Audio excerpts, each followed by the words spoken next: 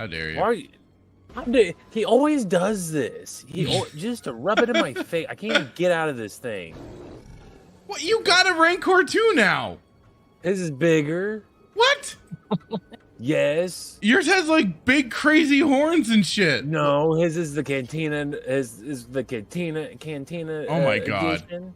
Oh my god. Listen, he has spikes. Listen, I'm not grateful. I'm very grateful for the adopted. He's got spikes. Look at him. Well, now he won't stop. He plays this game. Like I try to catch up to him, and then he just runs away. Stop running. No, my brother is just the Tard Wrangler of the two of us. He has to lead us around and be like, "Come on, come." Do you see his spikes? They're orange. Yes, they are. Quite nifty. And yours has big gnarly horns. What are you crying about? No, his are orange. No, I get that he has the like spikes around his back and stuff that are orange and everything, but you got big gnarly horns on the freaking head of the Rancor you got. Pretty cool. No, his are orange. Did you want what? You wanted orange? An orange spiked Rancor? Would that have made you feel a little better? No.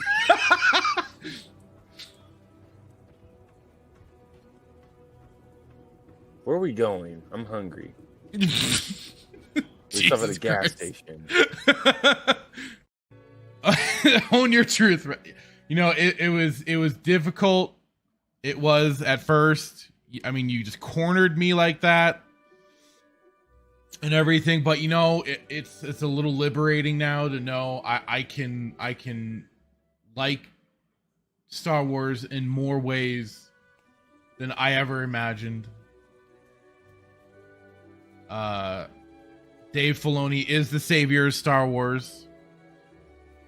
KK is doing an amazing job. The people out there are just blind and can't see it. So yes, thank you. I can stop lying now. What? What the fuck?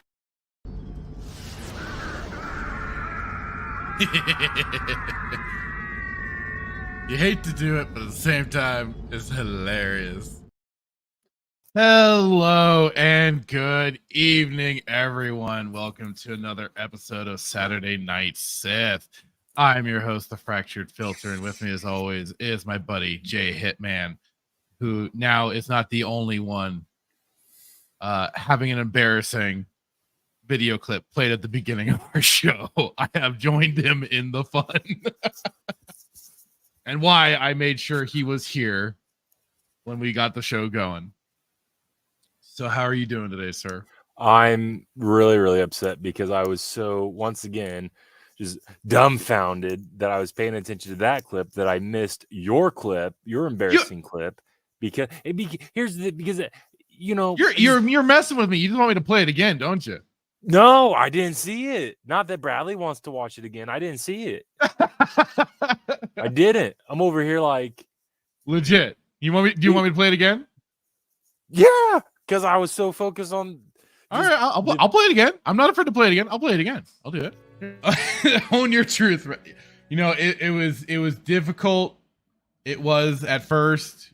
I mean, you just cornered me like that and everything, but you know, it's a little liberating now to know I can like Star Wars in more ways than I ever imagined. Dave Filoni is the savior of Star Wars. KK is doing an amazing job.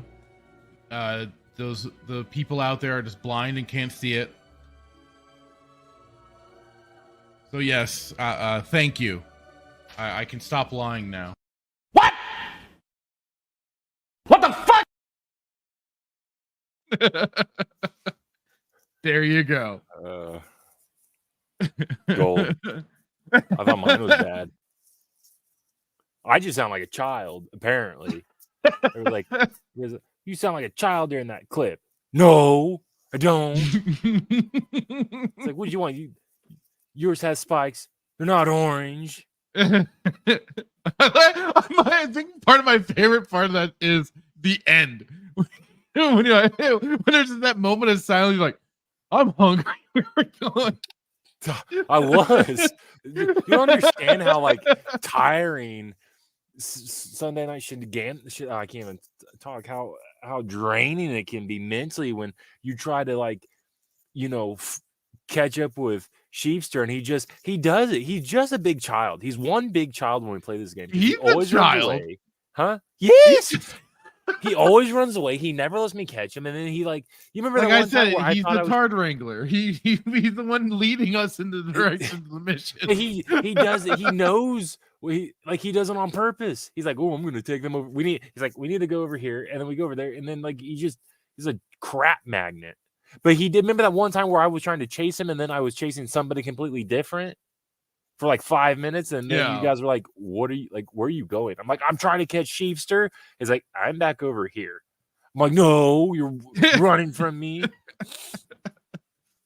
Oh god! Oh man, what a show, dude! There's a way to start it, right? I am really just at a loss for words with I've stayed off Twitter this week. Good for you. Oh, I have. I've caught bits and pieces from OG, but this episode, this fucking episode. This episode. So Friday when we were talking, for those of you listening, there's just one thing that Fracture did in front of me that encapsulates this episode. He pulled out his car keys. He gave me the finger, not the term of endearment, but he gave me the finger, and he pulled out his car keys. And if his face could kill, it was just. But then I watched the episode, and I was like, that's why he brought out his car keys. Yeah, did the key jangling. Well, and I had to, because when I was watching it with Wookiee and we were doing the live watch party thing, we didn't have Bradley wasn't there, so I was trying to take out my car keys myself and jangle them into the microphone to kind of at least take his place while he wasn't there for the event. And that was it. And it was true. That's all that freaking was key jangling. So, do you think that Filoni is friends with Peter Jackson at all? No, I don't think so. Why? There's no friendship or anything. Not that I've been made aware of. Why? We'll get to it, but it's just it's kind of I had a Lord of the Rings moment. That's all I'll say. I just had a Lord of the Rings moment. I wonder why. And like I said, I didn't watch the last season of Rebels, not there yet, but this episode is just so I don't think what. It's just hard to say, when you say it's so bad, I don't know if there's an actual word that can encapsulate this show and just how bad it is. It's like the 5th level of hell. So you're not on the 1st level, which I'd say is the worst level of hell, which would probably be Kenobi. But it's at the 5th level right now, and I would say it's gonna be making its way down as we get closer to the end, because Thrawn's gonna be coming along somewhere down the line. I forget. I think Raging, and I don't know if you can pull this clip. If not, I'll pull it. But Raging, I think, posted something that Filoni said, and he had the audacity. Yes, yeah, okay. I did. Yeah. Okay, good. We'll say it. I think I did. I did.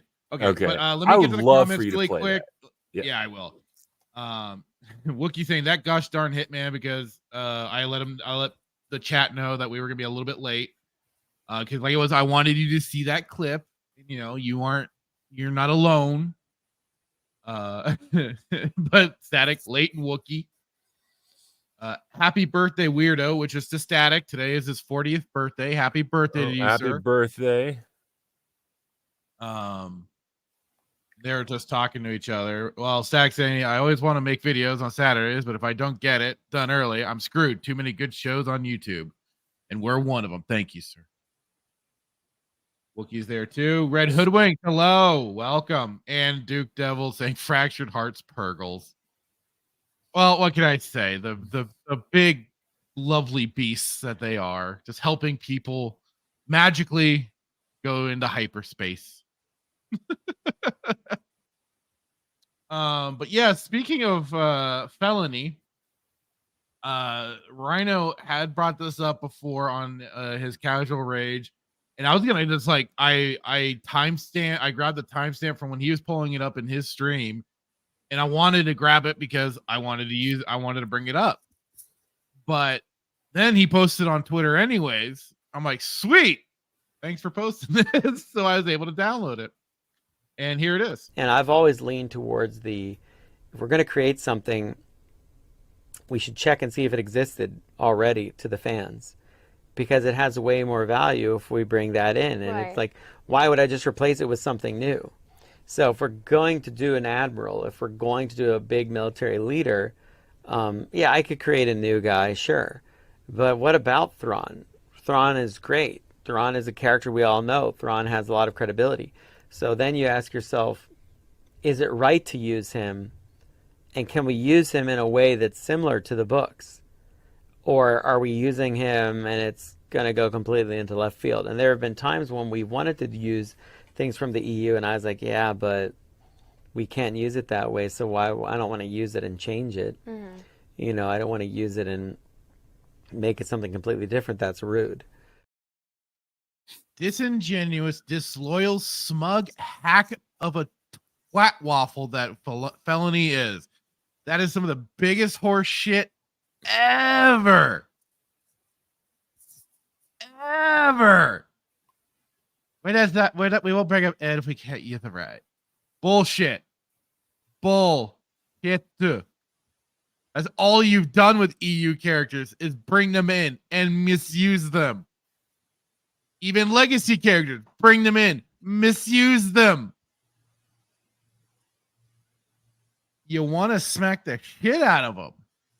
You almost like, oh, he's saying something right, and then you know the track record, and you're like, oh, wait, he's full of shit.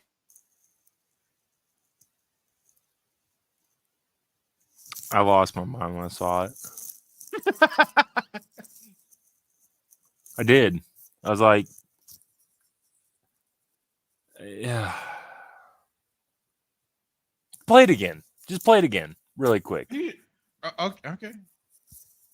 And I've always leaned towards if we're going to create something, we should check and see if it existed already to the fans, because it has way more value if we bring that in. And it's like, why would I just replace it with something new? So if we're going to do an admiral, if we're going to do a big military leader, yeah, I could create a new guy, sure. But what about Thrawn? Thrawn is great. Thrawn is a character we all know. Thrawn has a lot of credibility. So then you ask yourself, is it right to use him? And can we use him in a way that's similar to the books? Or are we using him and it's going to go completely into left field? And there have been times when we wanted to use things from the EU, and I was like, yeah, but we can't use it that way, so why? I don't want to use it and change it. Mm-hmm. You know, I don't want to use it and make it something completely different. That's rude.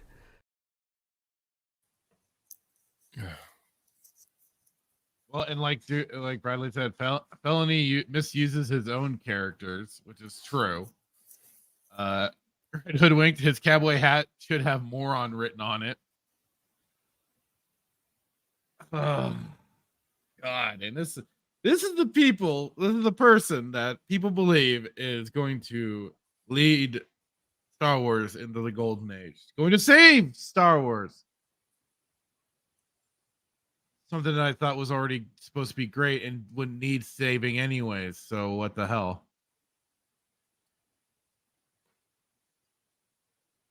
Hey, Jason, how's it going, man?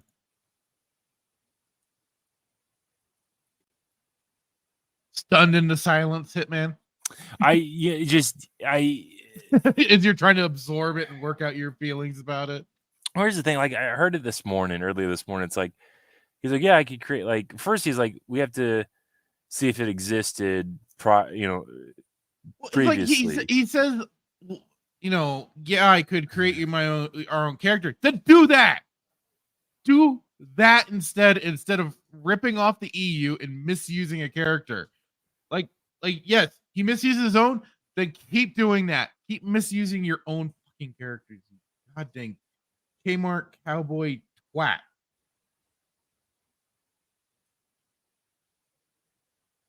So Yeah, and so then he's like, I just, what, I just, I can't. It's like, what about, okay, and I like Andor, right? We all know who Andor was. Kyle Katarn, like, just all these. Oh, God, I just Kyle can't. Katarn My brain's ripoff. broke. My brain's broke. Then why not create one? Why not create why not? Why not create one? Why do Thrawn? Why do Thrawn? The work's already been done, not by you, right? Right. And he lies out his teeth, man.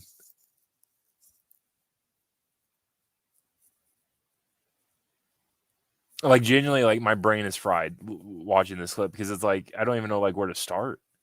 Where do you start where do you start dissecting what he's saying? It's like, yeah, I can create new stuff. Well, then why not do it? Why are you you sit there, and turn canon into, or you turn the EU that is canon into Legends because you want nothing to do with it and you want to do your own thing. And you sit there and say, well, I can create new characters. And so you do create new characters, but then you say well, we need to look and see if they've already been established or, previously, if they've existed. Well, again, this is where some of my knowledge isn't up to par. Outside Clone Wars, I don't know if Ahsoka. I would bet my next paycheck that Ahsoka was not in EU. Could be wrong. Maybe she was. I don't think she was. I always thought that she was Clone Wars. She was mainly part of the Clone Wars. They might have started adding her into some of the comics, but initially no.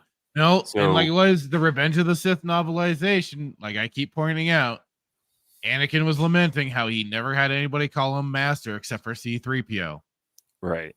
She never existed. She's a shoehorn character, and I know people have their thoughts on her being around, but sorry, no. I know it is. I know if I somehow got my hands on Lucasfilm and everything, and I could start changing shit up, that would be some of the first things I would get rid of. Filoni's Clone Wars and bring it back to the multimedia project that was already being worked on prior to his involvement and prior to him butt fucking the whole EU and continuity and shit. Yeah. And I'll just work from there. Thoughts rebuilding. No, yeah, she never was. And so then why, if he's like, I can create new characters and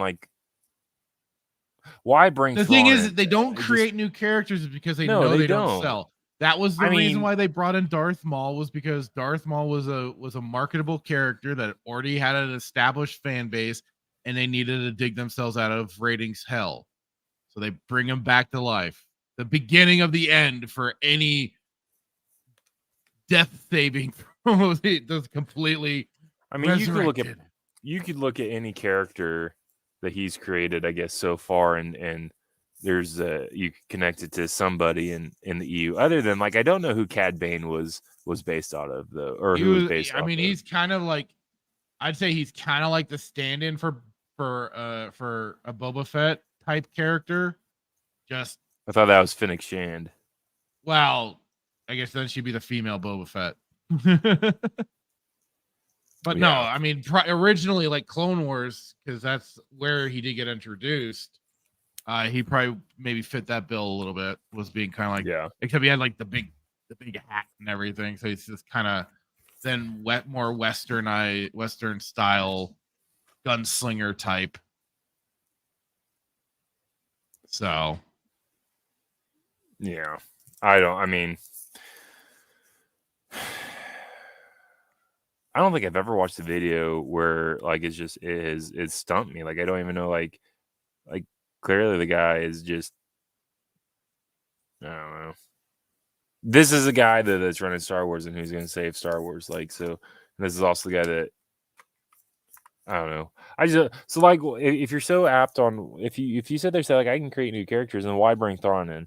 Like why tie Ahsoka to Thrawn? Well, we did it in Rebels, so we're gonna essentially make this kind of like the live action version of Rebels, even though it has nothing to do Well, with it Rebels. goes to their continued hate of Luke Skywalker. They're putting Ahsoka in basically Luke's storylines, and she's gonna be getting heir to the Empire, basically.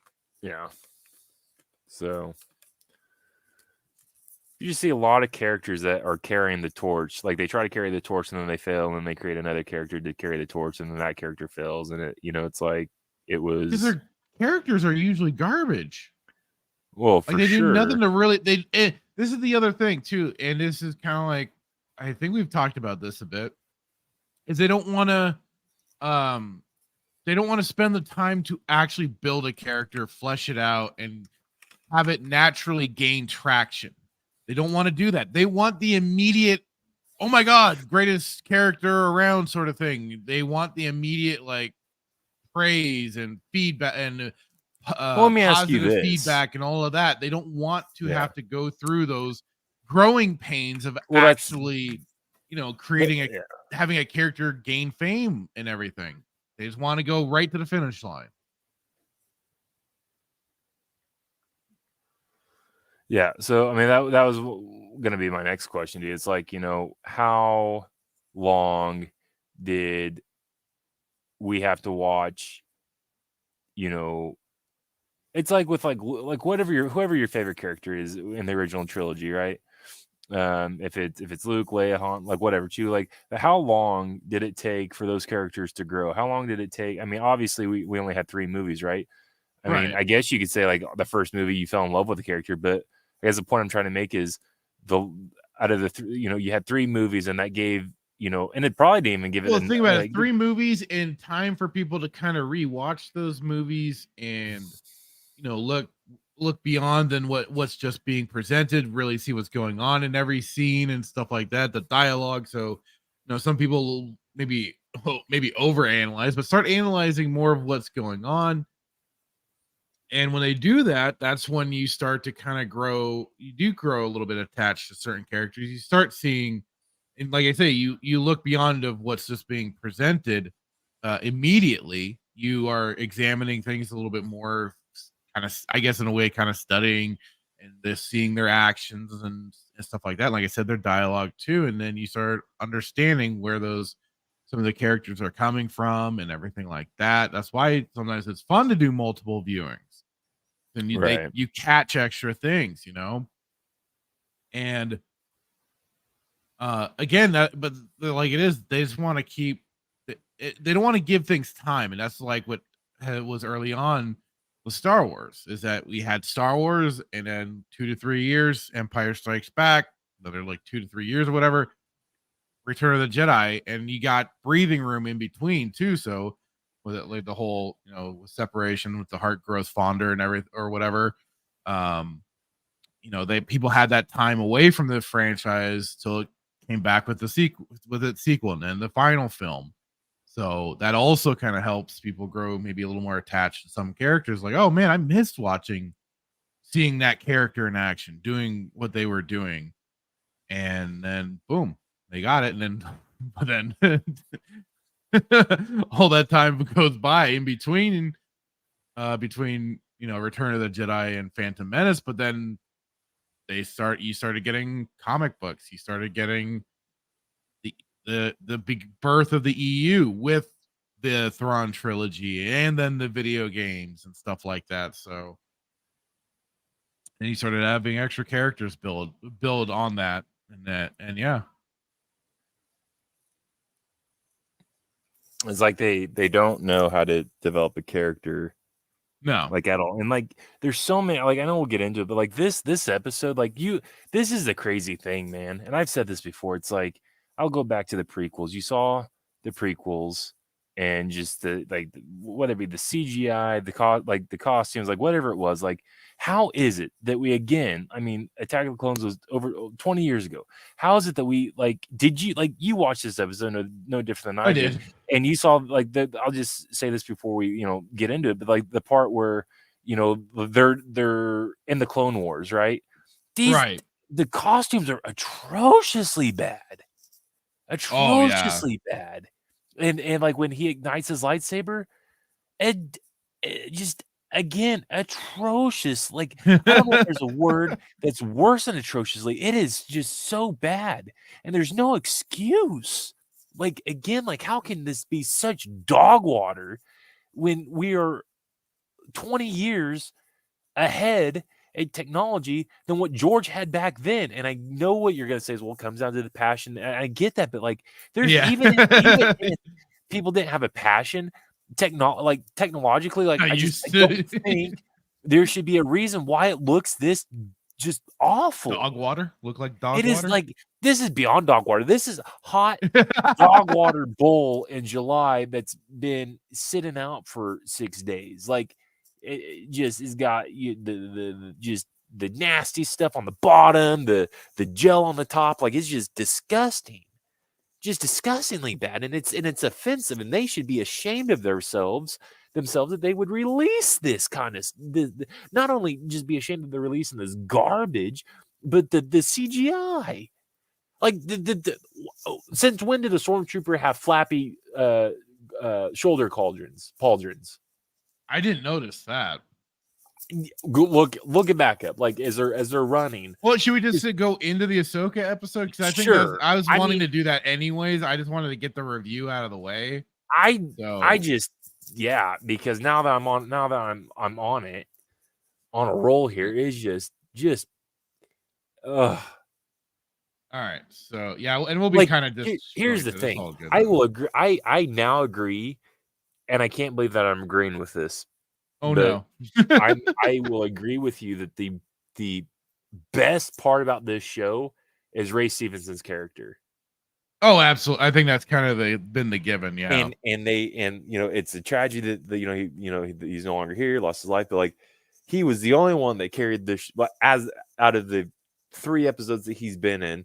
Really, the last episode was the one where So where did you see the shaky shoulder pauldrons? When all the clones are like running in front of, like, I think Anakin is running in front, or it was the Clone Wars one, because the other one was like the Siege of Mandalore, where she gets all snippy, no pun intended. Oh no! Hang on. Oh yeah. I kind of saw it on the one that was. Yeah. And you can see it. I mean, if you don't get striked for it, but there's a couple where they run and you can just see. Yeah, I was seeing on these Phase 1 clones. Yeah, maybe I'm wrong. I'd have to you saying they're all CGI. Yeah, but even the Battlefront 2 models look better than this. The CW could do a better. Oh Lord, clone trooper. Are they? So I didn't know. Are they all CGI? I mean, I don't know for sure. I haven't looked into it. And and it's just so, again, just offensive. And maybe I'm just being a baby about it, but to bring Hayden Christensen back and then have him put on this ridiculous, it's just dumb. It's just dumb. Like, I get that Anakin and the clone. I don't know why I have such an issue with it, but. Oh, without a doubt, Wookiee. The little girl is a better fighter with the sabers and Rosario, which is hilarious. But the funny thing is too, is you notice Hayden hasn't missed a beat. Like, he still knows how to fight with these lightsabers. But here's the thing. No, okay, like. But the thing is, when it switches over to Rosario, he has to slow down. For sure, he has to severely slow down because she can't. Whatsoever. I agree with you that the boy can fight, but I disagree in the perspective that these fights are dog water. They're absolutely terrible. They do no justice to the prequel fights. My goodness, Vader and Luke in Revenge of Return of the Jedi, as slow paced as that was, and as simple as it was, outbeats anything that these people have done. Like, well, and the thing just is awful with the lightsaber fights that come from even then, like Return of the Jedi, even though they're considered slower by the prequel standards, there's extra storytelling going on with that because of the emotional conflict that's going on as Luke is there fighting his own father and trying to bring him back to the light.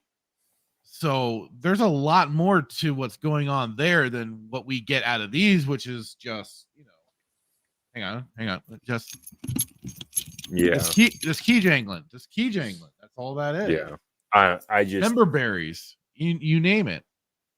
Wookie has a point, as always. Like, he always has great points. Like, I agree that, like, she's a better fighter, but these it infuriates me. Like, I want to go just throw something out this window because it's like these fights are terrible.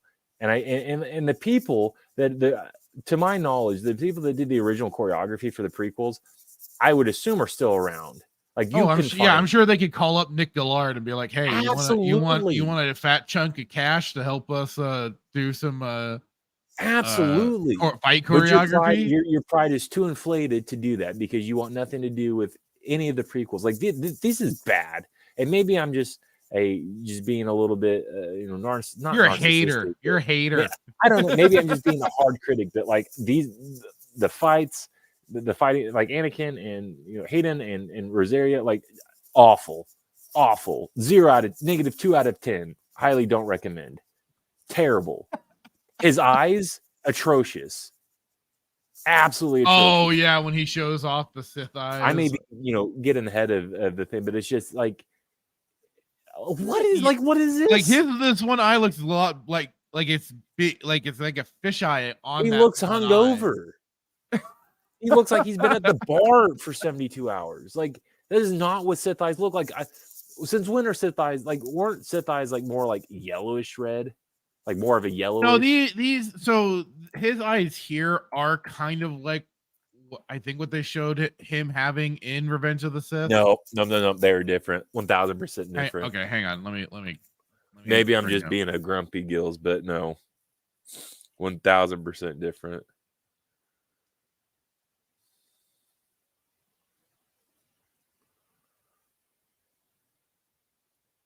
They look better in Revenge of the Sith, but did you pull up a picture?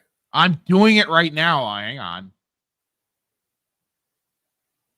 Ease up, sailor.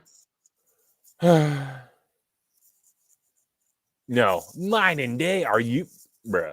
No, I said they look better in Revenge of the. I said they look better in Revenge of the Sith. Absolutely. These are proper Sith eyes, in my opinion. I hate that I'm using Screen Rant, but they have maybe the I'm image biased. of it. These are proper. These are proper. This night and day. Looks like his eyes in Ahsoka look like he got a Dutch oven and he's got pink eye. Is what it looks like. He got the case of pink eye.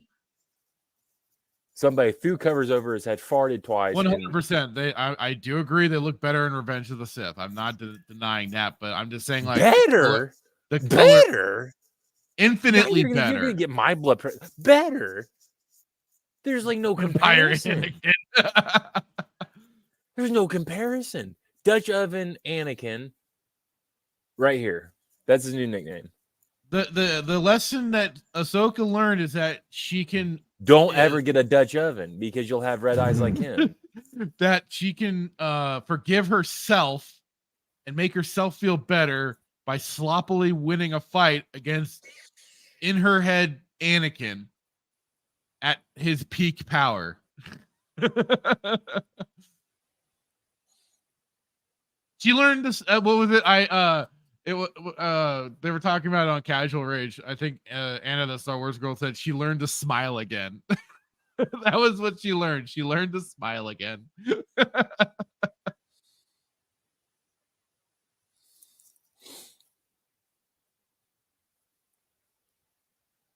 Who should have already killed her, yes. But then that bitch should have been dead in the Clone Wars.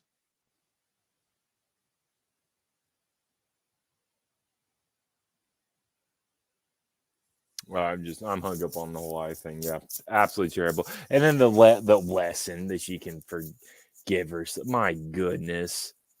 My goodness.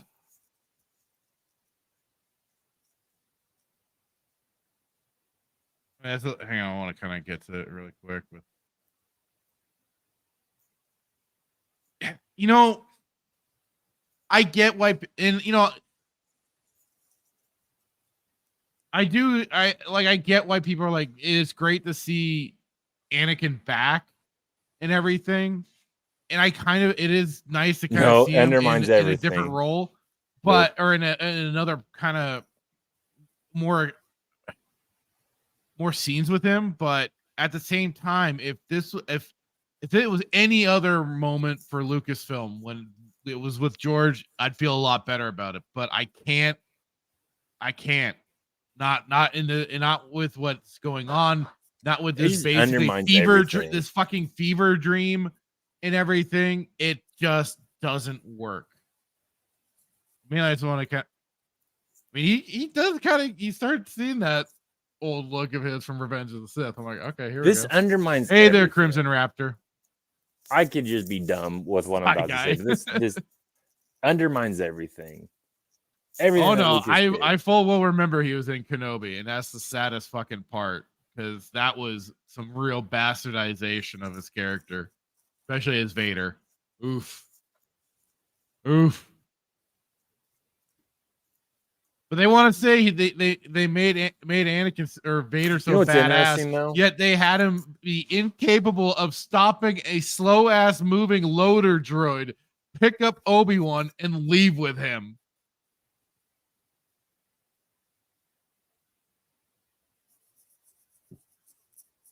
Static, you're ahead of us by not watching this shit. I applaud you, sir. No, and what's even I know you were, but I was just saying for myself, I didn't forget. I wish I could, but I didn't forget. I just don't understand the point of it. Like, you bring in World Between Worlds, but then there's like no doors. So like, are they really in the? I mean, you would assume that they're in. It was all in their head. It was all in her head. It wasn't the World Between Worlds, because it sure as heck looked like it. It looked like it, but I think that was just, again, her mind. I'm with Wookiee, because he was saying it's all a fever dream. I'm in agreement. I'm pretty sure it was nothing but a fever dream for her, and she did not actually go into the World Between Worlds. It was her. I don't know, man.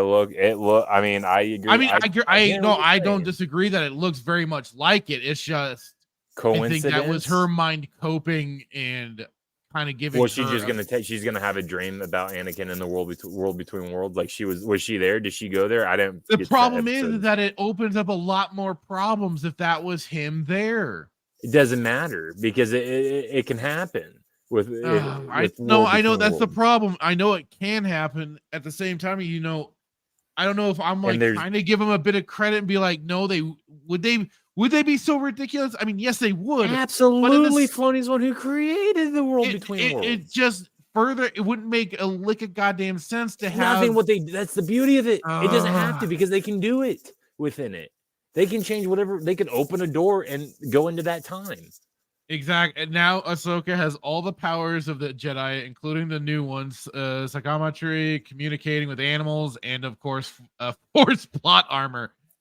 That was like her first force power was plot armor to the third degree. Oh God! Because I think I said this when we were watching it, after we watched the 4th episode and it ended with her in the World Between Worlds, and then in the 5th episode, especially when we were watching, it's like it opens up so many problems, because if Anakin managed to get into the World Between Worlds, bro, I have it, and then is flashing between dark side like that, which he didn't ever do until he went full dark side, and it was kind of like almost doing from that only when he went and saw Padme did that light come back into him, mainly because he brought it back out of himself. But then that means he knew Ahsoka lived Ahsoka would be making it to an old woman.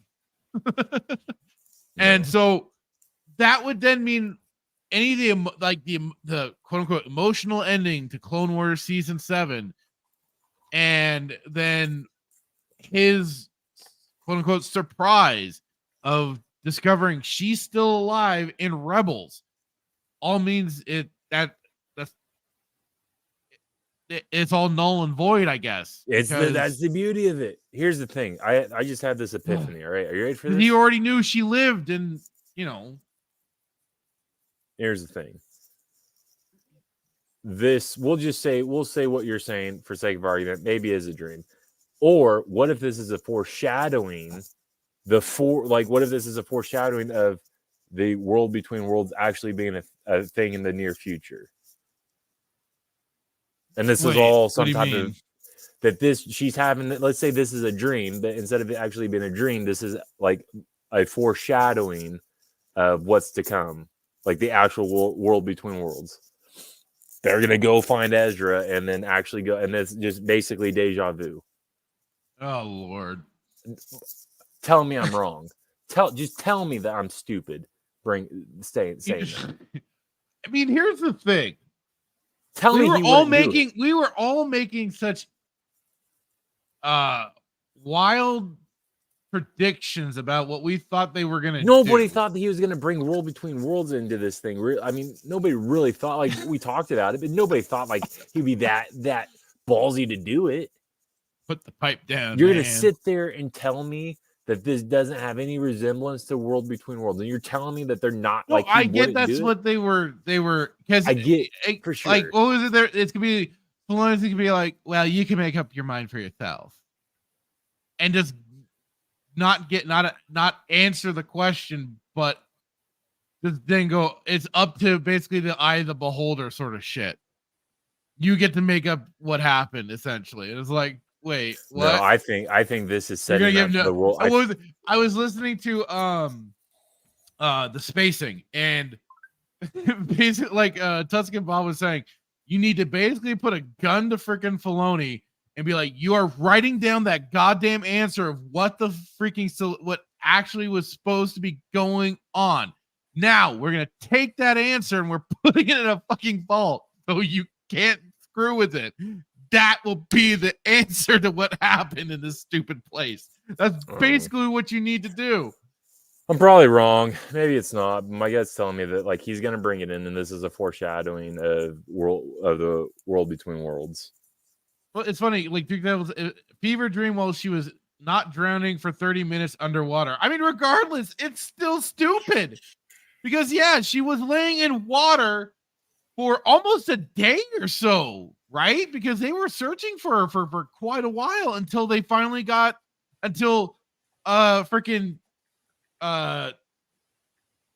Jason Syndulla used the Force, heard the battle that was apparently going on in Ahsoka's head, but he could hear it, and Chopper then also helped get coordinates on where Ahsoka was. Because I mean, you running into problems. So magically she got into the World Between Worlds, and then magically she fell into the water. But here's the thing: managed to avoid the rocks, managed to avoid the surf smashing her into the rocks, and get magically carried out. Not like we saw a freaking Purgle float down there and pick her up, or come up from the water. That's why I think it's World Between Worlds. What, the Purgle took her into the World Between Worlds? No, I think she fell. I think she fell through the water and somehow, I don't know, went into the World Between Worlds. I don't know, but it doesn't make any sense. Like Daredevil said, like you're gonna be underwater for that whole time and still be alive. Did Qui-Gon give you his? I'm giving you Dave ideas. I'm just saying, like, was Qui-Gon down there? Did he become a Force ghost? It was really World Between Worlds. They could just pull Ezra out of the moment he went into hyperspace with Thrawn and avoid all of this shit. I mean, they could. Why not? Going to, because it doesn't do anything for the story. What fucking story? Exactly. There's no story for these last 5 episodes. Exactly. They're gonna do it because then that would end the show. Like they've got like there's got to be a build up to Ezra and Thrawn. But listen, I like you might be right. Maybe it is a dream, but like the dream doesn't make sense. She's gonna fall off the cliff, like you said. She's gonna go into the water. I mean, I didn't see a respirator, a breathing. What do you call the breathing? Whatever you call, I forget what it's called. Yeah, dude, guys, I saw. I've heard of. People have gone over that article. Yeah, that's some dumb shit. But hey, because everybody now gets the Force. Well, because she's female, she too bro. was. I know the Force is female. And she's married to Kanan. In other mysterious ways. Apparently, that's a magic dick that he gave her. Because now she just got a burst of Force powers from him. I keep hearing a lightsaber activate. So it's my lightsaber that I want to activate right now because I'm so mad.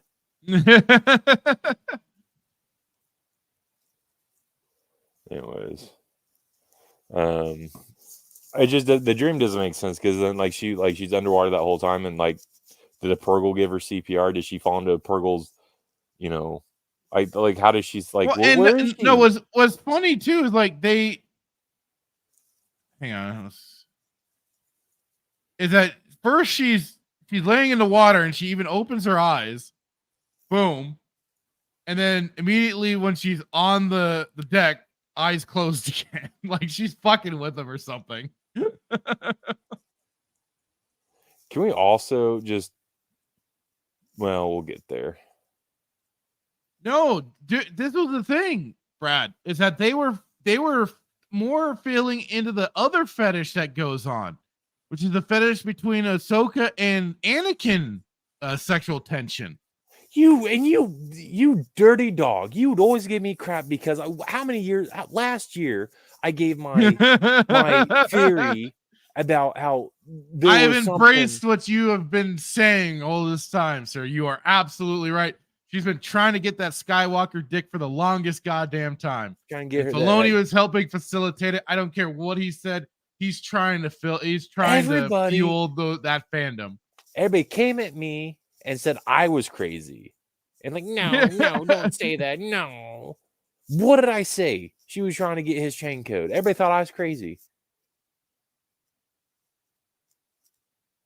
Oh, I agree, Red Hoodwinked. We all do. And in fact, actually, I might play a video after this from Grizzy that lends into that fan base.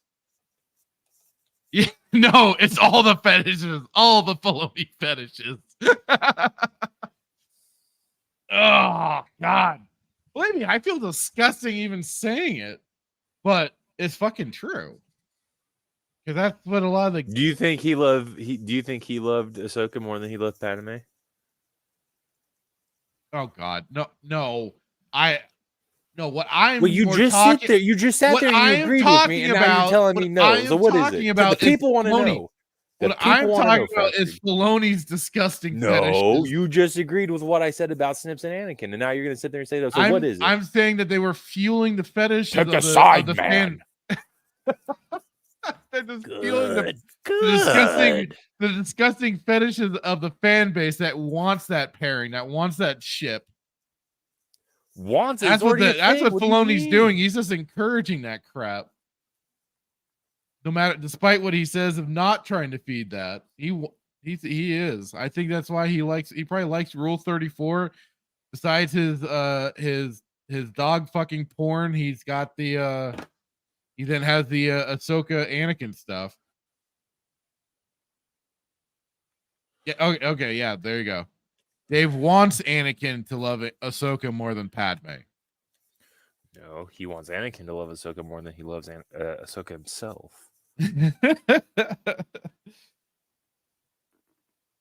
Didn't we joke about that once that Filoni dresses up as Ahsoka and probably pretends? Oh, I did, and I got in trouble by PETA. Got an email. No, we said because he goes to FurryCon in Salt Lake. That's right.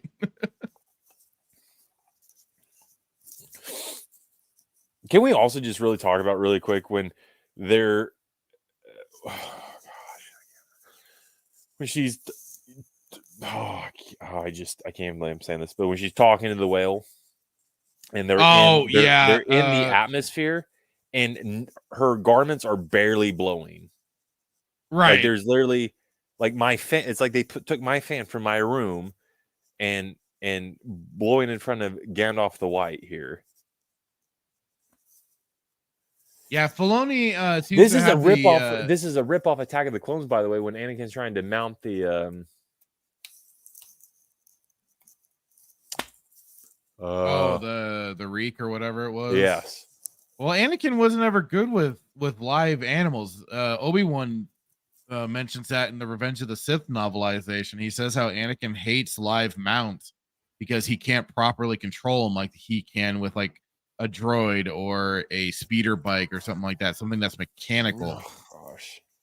While Obi-Wan was more felt more comfortable with a live animal because he could in a way feel the feelings of the animal and stuff like that, but not communicate with it, but just understand a creature more than he could a droid. Jonah and the whale. Yeah, like are they just stationary? I guess if you're just stationary, then I guess there'd be a natural current, like air current up there. So yeah, there it goes. It's kind of picking up. But yeah, now she has all the Force powers. She like somehow like did the Purgle like see where this ship went? How do these whales know where the massive? That's the question though, right? Oh, it's like, how because they're forced. I mean, I guess they can sense anything in the they can sense anything in the universe. Like if something, that or they were just going, that or they were just going along they just happen to be going along a natural Purgle like migration path. I don't know. I'm probably giving them more credit for something that's not really happening. More of the Force and working in mysterious ways, I guess. I don't fucking know. I bet you anytime somebody goes into hyperspace, they're out More the like Finding Purgle knows. Nemo. Literally. But yeah, what's up with this nonsense about like there's like Sabine left a clue. No, Sabine just straight out just left because of her love for Ezra, her romantic love, not a brotherly love. Her attachment, an attachment apparently Ahsoka is willing to overlook for to train her, yet she didn't overlook it for Grogu, an actual Jedi who was there during her time at the temple. And she said, "Oh, you have too many attachments. I can't train you, but I'll train Sabine twice." Despite her strong emotional attachments to her family, to Ezra, that's okay. But Grogu, nah, I ain't teaching that little weird green man. Not one bit.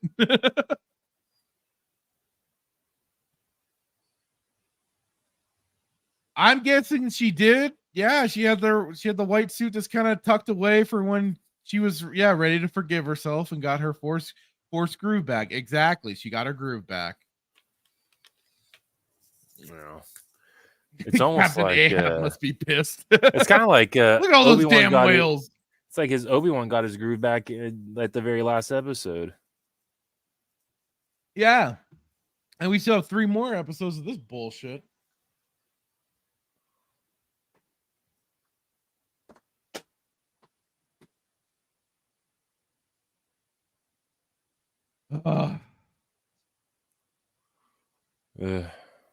Yeah, Fractured, stop referring to pre-established rules and storylines. I'm sorry. I can't help it.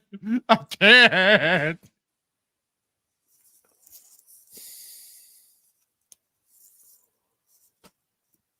I just don't understand the point of this episode. The point, like 3/4 of the episode was her spending time with Anakin, but at this point in time, Anakin is. I mean, I guess I don't know. Maybe it wasn't even like he was appearing as a Force ghost or nothing because they can't make them. Oh no! Oh nar, nar. Okay, so I don't want to say this, but at the same time, I guess I'll say this. Don't say it. So don't do it. I don't know if anybody else out there has read the Tales of the Jedi, or the rough. I don't know if it's a rough draft or what, but it's like it was a rough. Yeah, I think it's a rough draft of when it was called Revenge of the Jedi, and in it, Obi-Wan Kenobi, if memory serves right, Obi-Wan was able to make himself no longer ethereal. He was able to have a physical form again. Could this be that? If it's so, like you said, it's the world between worlds, right? Yeah. This is dead Anakin, but he is he's made himself seem there. He's made himself, a physical body to do this.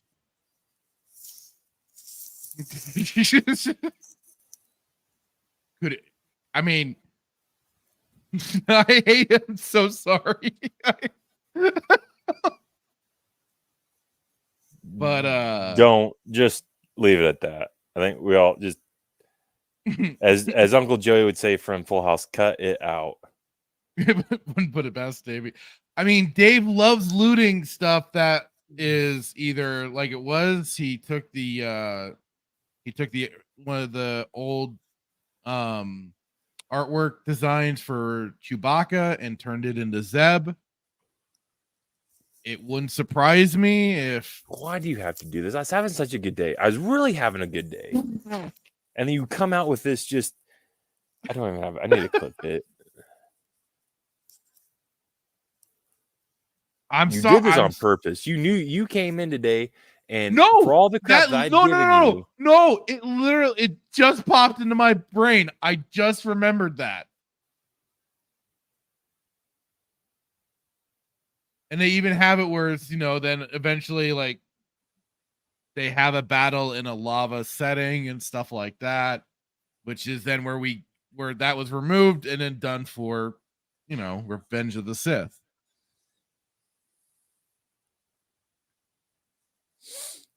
Thank you for all you do.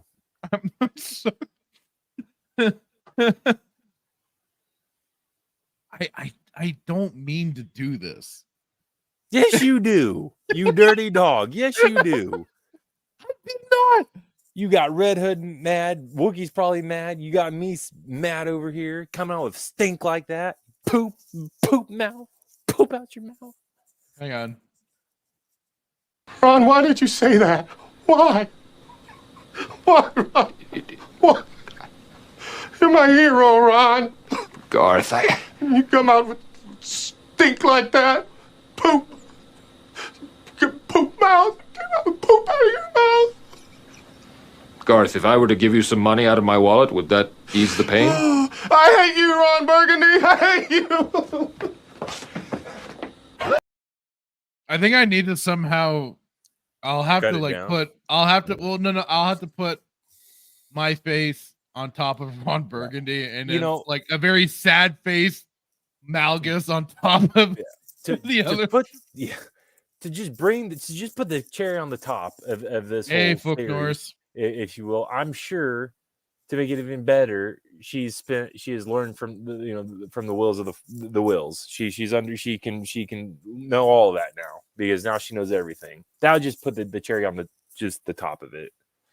She surpassed Qui-Gon in his training. Just like Rey downloaded Force powers from Kylo Ren, Ahsoka downloaded Force powers from ethereal Anakin.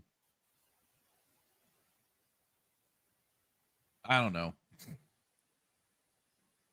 None of that shit makes sense anyways. Might as well keep it going. They are consistent at it being inconsistent. I'm sorry. I'm sorry. No, you're not. You're not. I appreciate you saying but you're not, because there's so many times where like I press your buttons and this is payback And from I press all them the right crap. back. Yeah. This is payback for all the time that I gave you crap about Andor and Call of Cthulhu. Now you got to come back and just talk about and Hera is the next Jedi, by the way, just so you're aware. Just so you're aware. Oh, absolutely. And that's the scene that did it, where she's on the water listening to the lightsaber. Swooshing back. And didn't even sound like good, decent lightsabers either. Terrible.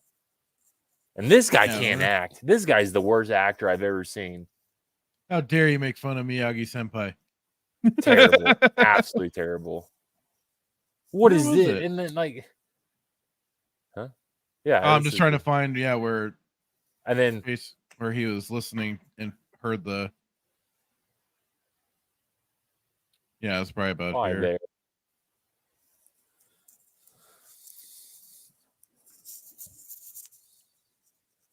And then people are also saying, oh, he like projected the Force onto her so she could hear it. Yeah. Whatever he was doing. No, she's Force sensitive and she heard it.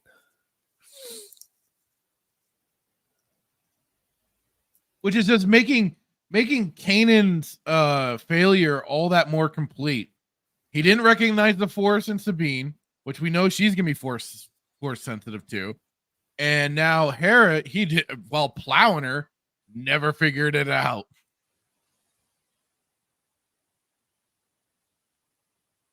Didn't occur to him once. Well. Yeah, stop the Asian hate, Hitman.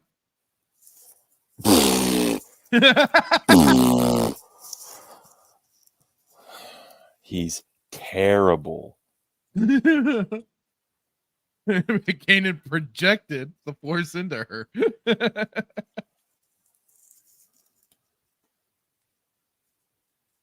Hey, how's it going in Black Belt? Welcome to the stream. Oh, we're just going over Ahsoka, and I'm making Hitman cry. Everybody cried. Red Hood was equally on my level, if not.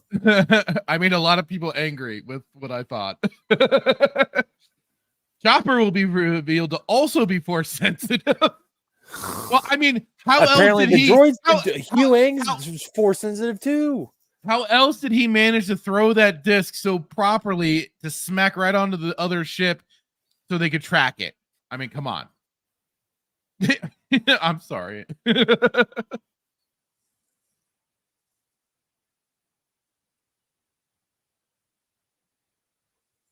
I did apparently choose violence today. What can I say? It was unconscious. I did not mean to. It just sort of happened. Just one of those things, man. Just kind of happens. So, I mean, would you classify this episode as filler? Yeah, I'd classify all these episodes as filler. Well, I mean, more so that I don't know.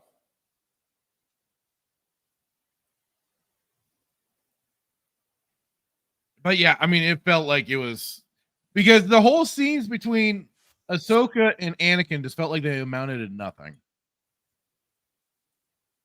Other than key jangling. That's all it felt like it was. Yeah. I mean, yeah, it was like, oh, she doesn't want to turn to the dark side like Anakin, blah, blah, blah. I mean, it was, I got it.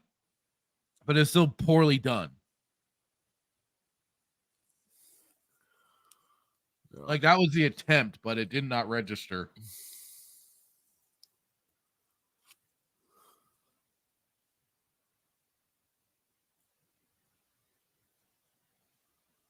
But yeah.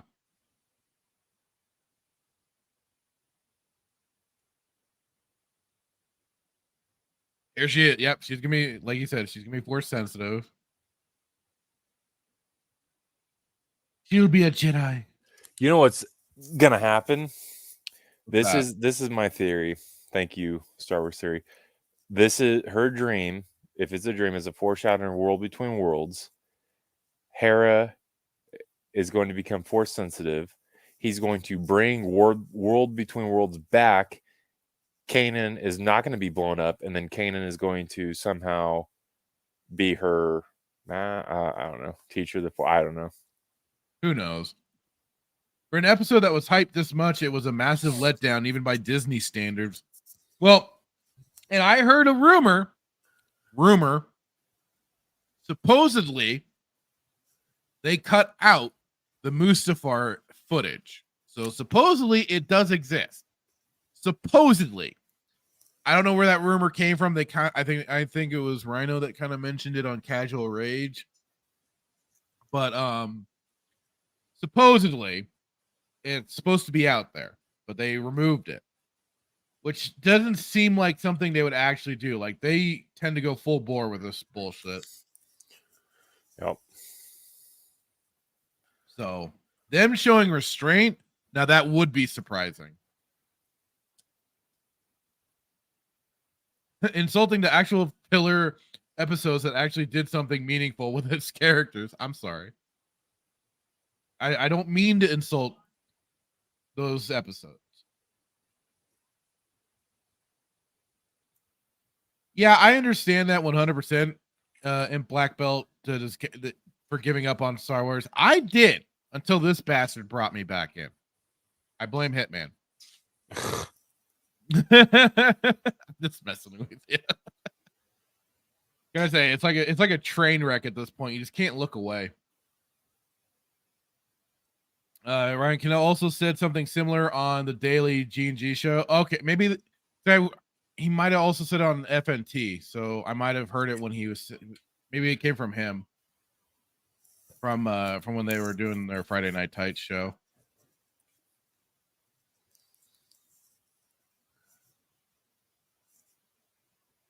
So it's either between the two. And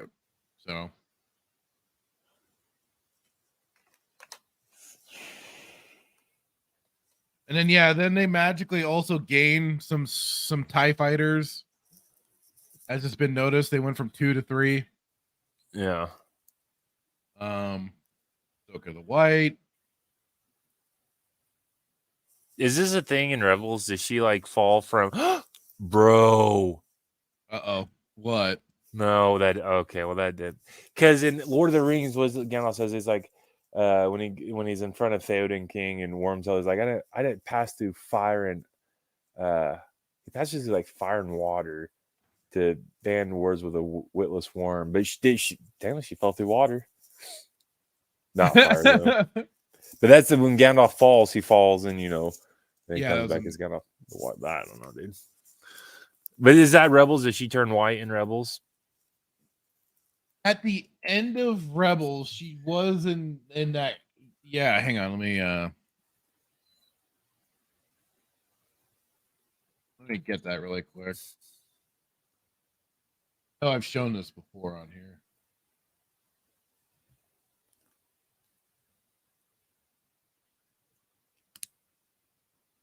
Here we go. There we go. And her Leku were longer. Yeah. It's literally get off the white, dude. This is what Filoni's been building to.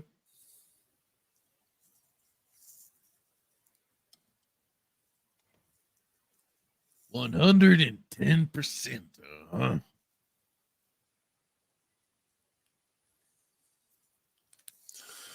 Oh, this show. What a silly show.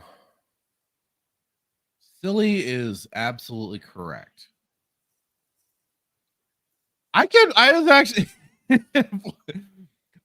was expecting like a basically like a kind of come shuttle facts sort of scene for her.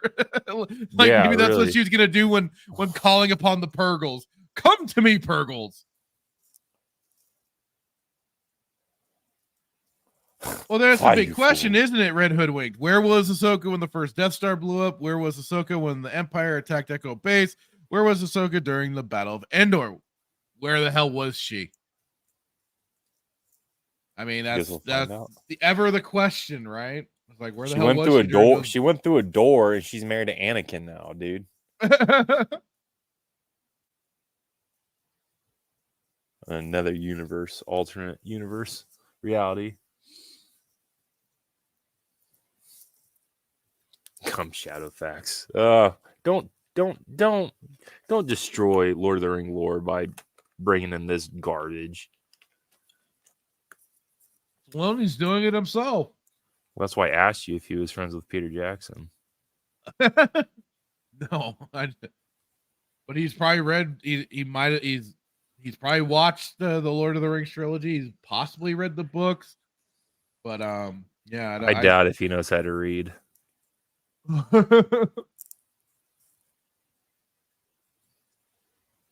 Maybe he does.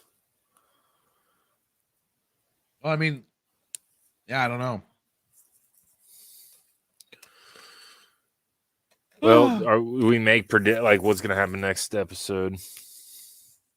Next episode, probably a filler with it looks so horrible.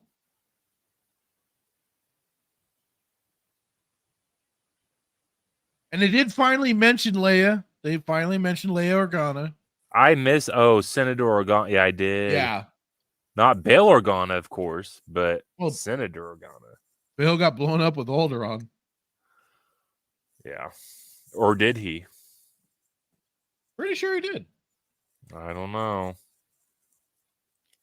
been a while since I've I don't watched trust Rogue anything. One. I don't so- trust anything anymore within. Oh no, Star Rogue Wars. One was before the Death Star.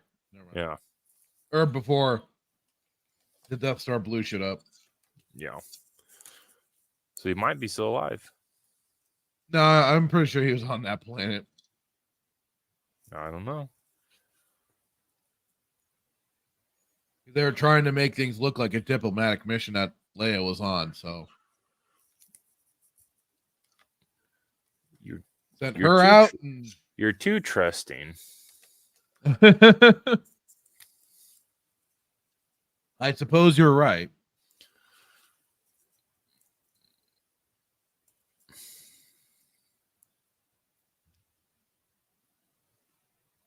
Yeah. Ahsoka purposely did not take part in the original trilogy because she would instantly have beaten the Empire herself. Yes, she would. Crimson Raptor, even though Ahsoka is younger, isn't the age gap closer than Anakin and Padme, like 4 years instead of 6? I don't know. Bale was a cis male. He definitely did. This is true. Higher chances if you're a white dude.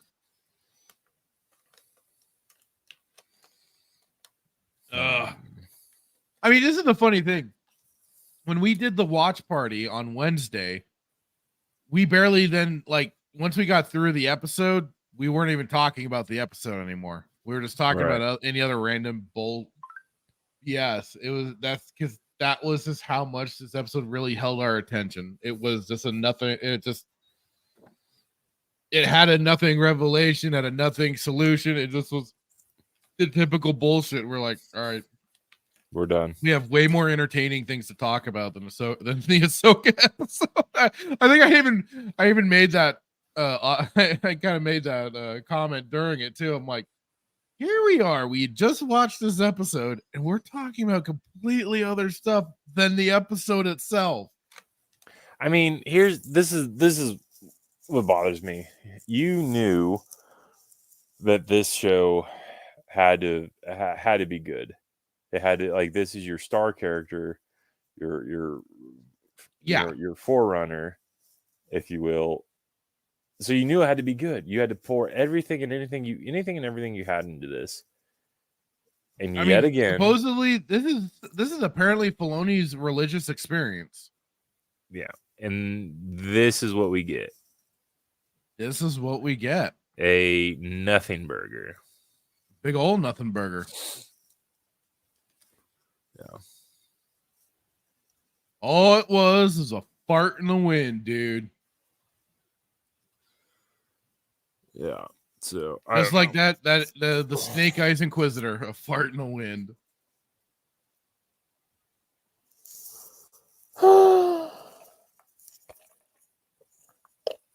Here's Right? $1 million question.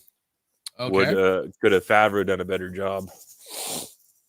No, it would have been equally a mess. It just would have been a You different think? kind of mess. It just would have been a different kind of mess, I think. It just would have been whatever Mandalorian has been. You know, Especially like season 3. It would have been basically another season 3, but with Ahsoka. yeah. Because like it is, they have less ability to like keep even like the helmets on on freaking Sabine as they did with their own Mandalorians. You know, that's supposed to be like a major, no for their culture. Like Wookiee kept pointing out, that's her heritage right there, and she just left the helmet behind. Why? I don't get it. It was evil Israel. Man, how wrong we all were with that one. I mean, I at least I'll say I certainly was. Bradley was too. We were both in agreement that it was probably going to be Ezra. We were freaking so wrong on that. Just a dingbat freaking I hate calling her a Night Sister, but yeah, Night Sister magicked up Inquisitor. Yeah. Who he really was, who knows? Was he really anybody? I don't know. Your guess is as good as mine. I mean, everybody was having their own theories and possibilities of what it could be, and it was nowhere near what we thought. Better guess than Starkiller? I mean, like it is. We were all trying to get in the heads of the mental midgets that are over there at Lucasfilm, that what they would possibly do. I mean, Starkiller, I could have seen them trying to pull him out, and hey, it would have given his stuff. It would have given Luke's shop. Well, yeah, there was that, and also just that Sam Witwer has been credited in some of the episodes for voice work, so it's like, okay, I guess I could kind of see that they might work him in, and hey, he for as far as I could tell, I think the dude has been in shape, so he could possibly do it. He could possibly show up as this Inquisitor. But at the same time, I was like, would they really want to acknowledge that character and bring him in like this? No, I don't know. I mean, then there was even some people saying that it would be the Luke clone. Like, I think it's Sabai off. I was gonna think it's Sabai off. Well, that's where I figured, that's where, how do you say it? Luke. Yeah, Luke. Because like people were pointing out was how on Exegol, Palpatine it was shown that Palpatine had Luke's hand. So people were like, oh, maybe it's the Luke clone. Then I think it was on Casual Rage, they're saying maybe it's a Kanan clone. Yeah. There was I think there were some other thoughts and possibilities, but those were some of the ones that I had seen. No. I at least laughed at the moment Ahsoka was fighting a fart that whole time. Yeah, pretty much. Pretty much.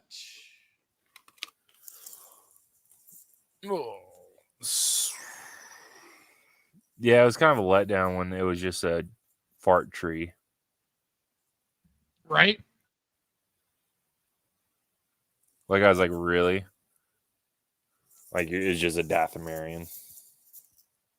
That was quite the letdown for sure.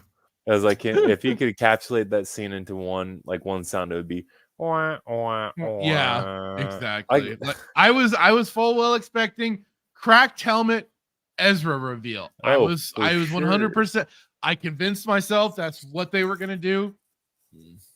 Fuck all did they do it? Not one bit. Yeah. They did not. But I don't know. I wonder what the final fight scene between Ezra and Thrawn is going to be. Or if we're going to literally get, like, they're going to show up and then, like, Thrawn's being strangled to death by a whale. Is Ezra even going to be alive? Oh yeah, they're not gonna. I mean, they're not gonna bring Mina Massoud on just to have him be a freaking cameo. You think Maybe so? I don't know. I don't know. Maybe not. I don't know. But there was a funny thing that I noticed. There is What a is funny that? thing that I noticed. Because before, when I looked on IMDb, I wish I'd archived it. God damn it. God damn me. Hang on. But on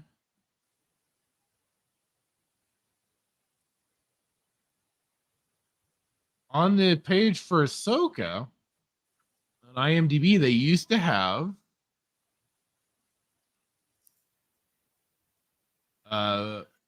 what's his name? Was it Lars Nicholson? Uh-huh. But now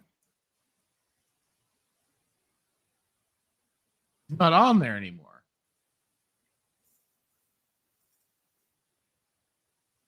So I'm pretty sure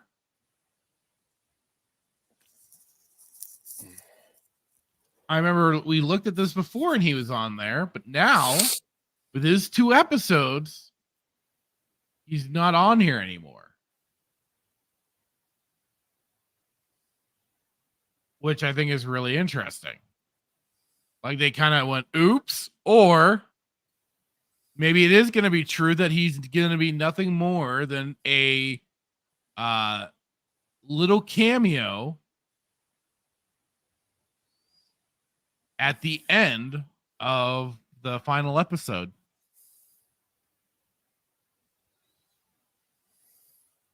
And look at that, Dave Filoni down at the bottom with his little chopper credit. Hmm.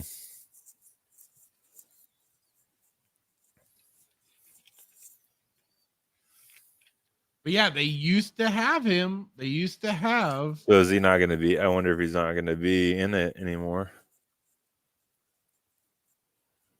I don't know. CGI.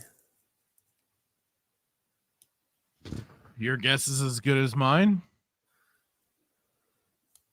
I just thought that was really interesting that he's no longer listed. Like I said, I wish I had. I'm pretty sure we brought it up in one of the past live streams. Oh, for sure. And he was there, but now not anymore. Yeah. I wonder what they're going to do. Well, like it is, I could see them doing just, he's gonna be a cameo at the end as the teaser for the movie, or maybe he will come in the episode 7. Who knows? Yeah. Now you got me thinking like what they're gonna do, because he should. I mean, how do you list somebody and then take them off? I mean, obviously delete them, but like that's interesting.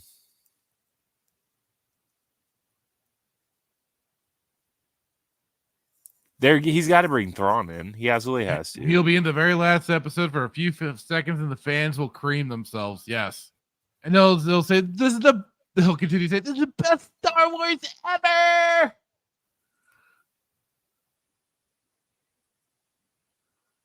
Look up Ming Kui. That's the fight choreographer. Why would I want to look him up?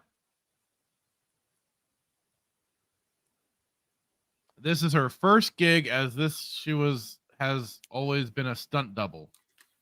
Okay. I was just more making the point about the Thrawn credit. I mean, if this is just their stunt work for the show, it doesn't surprise me. That's their first job for it.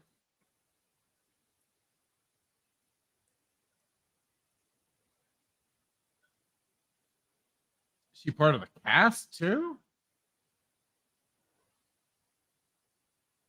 Quiero Taco Bell. Best episode of the series, 10 out of 10.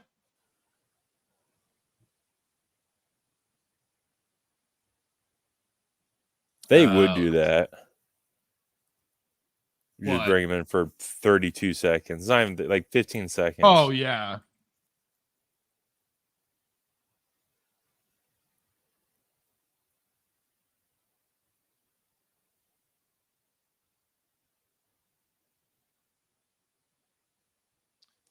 See, Ming Hui is known for Live Free or Die Hard, Mulan, and The Matrix Resurrections.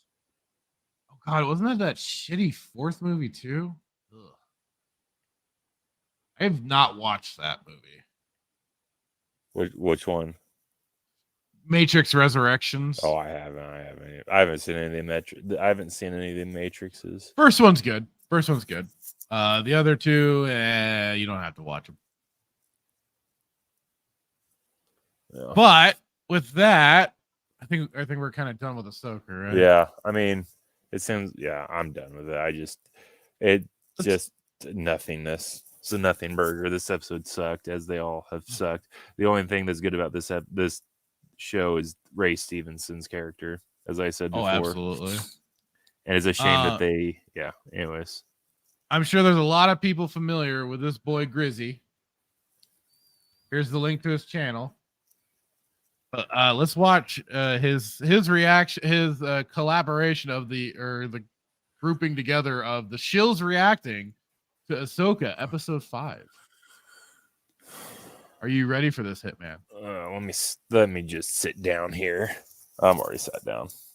God,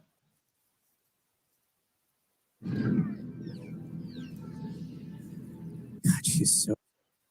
Can you hear it? Yeah. Okay. Disgusting. God, she's so young.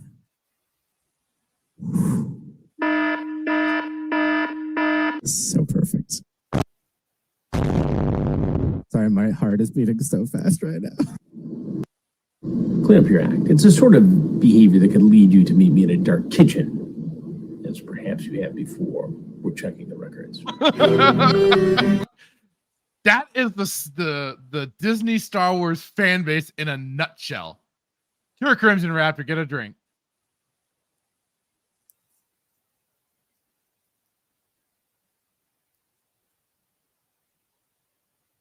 Right? Right out the gate. I swear to God. Here, I'm also just gonna kind of drop the link on the Odyssey chat and on Rumble. Hello, Rumble and Odyssey. Hope you folks are doing good over there.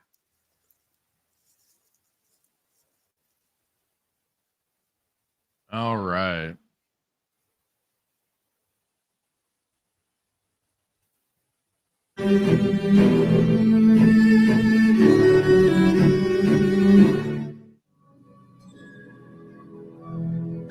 Can they melt it back together? Is that a thing? Is that possible? What an idiot.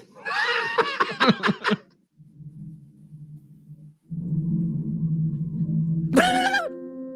here to finish your training. Oh!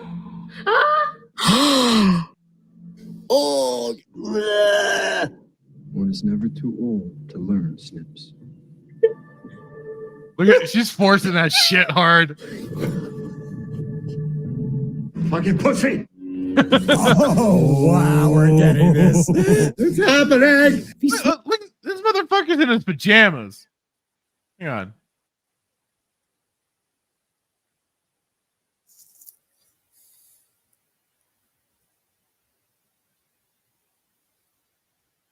Like, you can't put on some jeans like the rest of the guys there. Come on.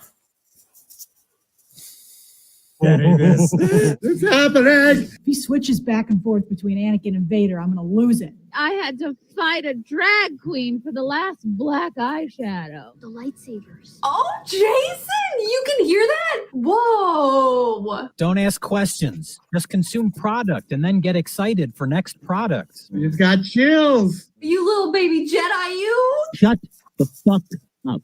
No. Oh, no!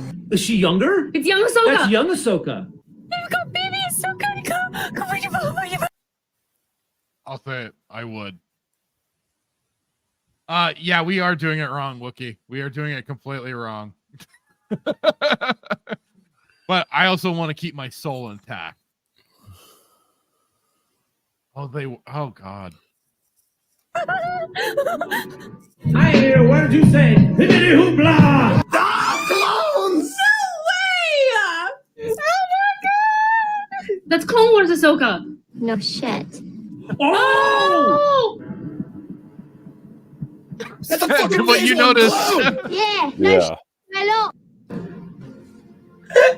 This is the coolest thing I've ever witnessed in Star Wars. This is some of the best Star Wars content. Period. This Wow, episode they all right here sound like already. Star Wars. Loyalty to Disney. Loyalty to the brand. This is some of the. This is I'm just speechless. Everybody shut the fuck up! Everybody shut the fuck up and appreciate what we're having right now. No, I will happily rip apart this fucking show again and again and again, and your soy boy ass can't make me shut up. No! Wow, young Ahsoka. Oh, Christian Harloff. I'm going to need you to take a seat as well. That's the damn shit. He is. How many of these motherfuckers' hard drives do we need to start checking? I think there needs to be a big investigation of some of these people. Well, no, they can't. And like even with like basic stuff, like was it Stuttering Craig from Side Scrollers? They tried to bring together basically the anti Disney camp versus and the pro Disney Star Wars camp, and like none of them would show up. It was like Blabber and Collector. She was trying to get people for it, but none of them would really show up, and they got like a few people that seemed kind of half-hearted with it anyways. So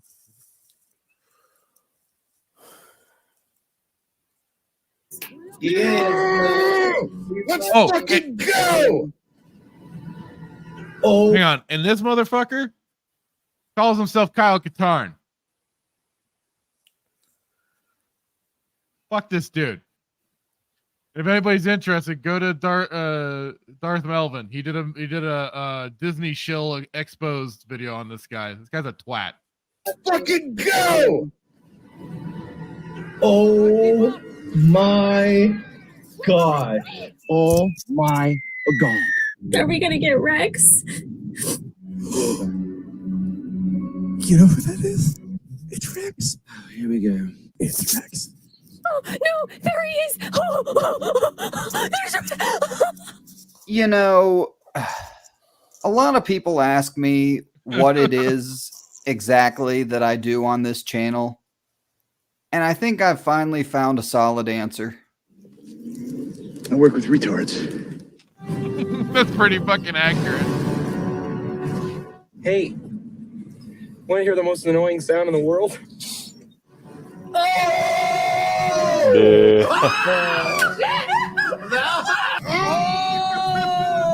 yeah, you knew it.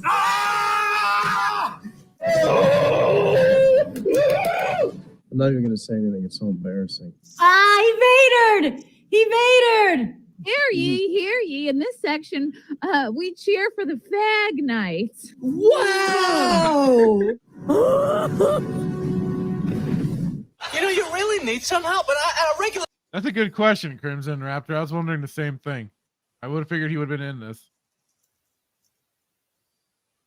I agree. He does not look like Kyle Katarn. I look like Kyle Katarn. Oh, wait a minute! Oh, she's in the mood! What? Can you like shut up? We'll secure the perimeter. Come on, let's go. Rex, there he is! That's Rex! And he had the voice and everything. It was wonderful. I'm wondering the same thing. I can change that in a hurry. He did the thing! As Rex in live action. Come on, let's go.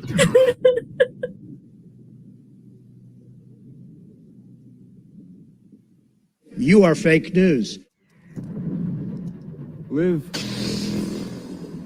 Red. That's Red. You must have a goddamn IQ of a... This is like what OG Star Wars has also pointed out. I think we've kind of talked about it as well. They've turned the lightsabers into mood rings, basically. That's just what it feels like. This is more of this more mood ring lightsaber shit. 160. Oh my god. This is George Lucas. I know. No. George, he better have watched this. I'm stressing. Oh, I'm stressing.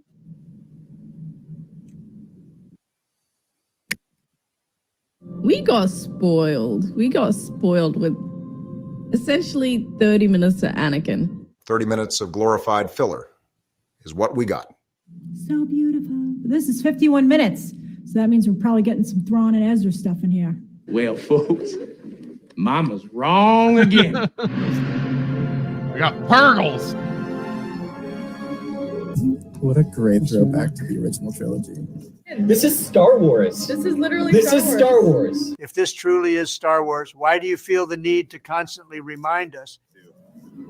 They're powering up. They're doing the thing. I have chills. This is so cool. I have like full body chills right now. Did the thing. Did the thing. Let's go. Shut the fuck up, you fat fucking cow.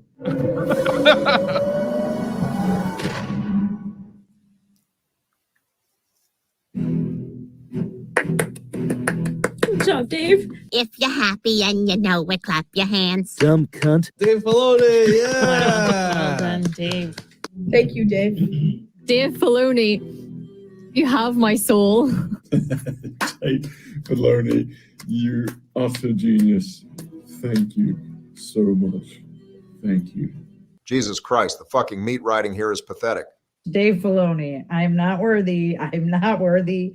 I'm not worthy. I would have preferred an entire episode of Anakin, but also I didn't really think they knew where they were going with it. So I think they did it well. I have such a hard time. Didn't know where they were going, but they did it bad well. about the corporate or anything establishment. Ugh. Thanks for watching. Make sure If you haven't, go over to Grizzy, sub, like, and I'll drop the link to this video right now because Wookie was also asking for it. Here you go, guys. Boom, right there for you. Dropping it over on Rumble as well. Odyssey, bada boom, bada bang. Yeah, definitely. Grizzy does the Lord's work. He suffers so we don't have to, and we just get to laugh at what he compiles together. Like I've said it before, I only wonder what he is not kept and had to endure watching for some of this shit, because I am not watching these people, not one bit. Oof. But hey, we got to laugh at them. And also, FBI, look at that video. You might want to check those guys' hard drives. Just saying. I can't. That video, like, I can't. Like, these people have to be acting. This is no way. Oh no, yeah, a lot of it's.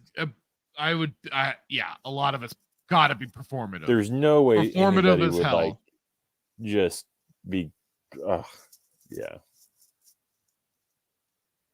yeah, that's so all over the top. Yeah, just dumb, absolutely atrocious. Just genuinely mad watching it. Like,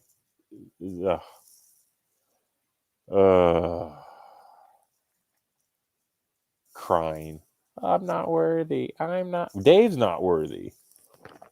Dave ain't worthy of shit. Of being in running Star Wars, let alone doing anything.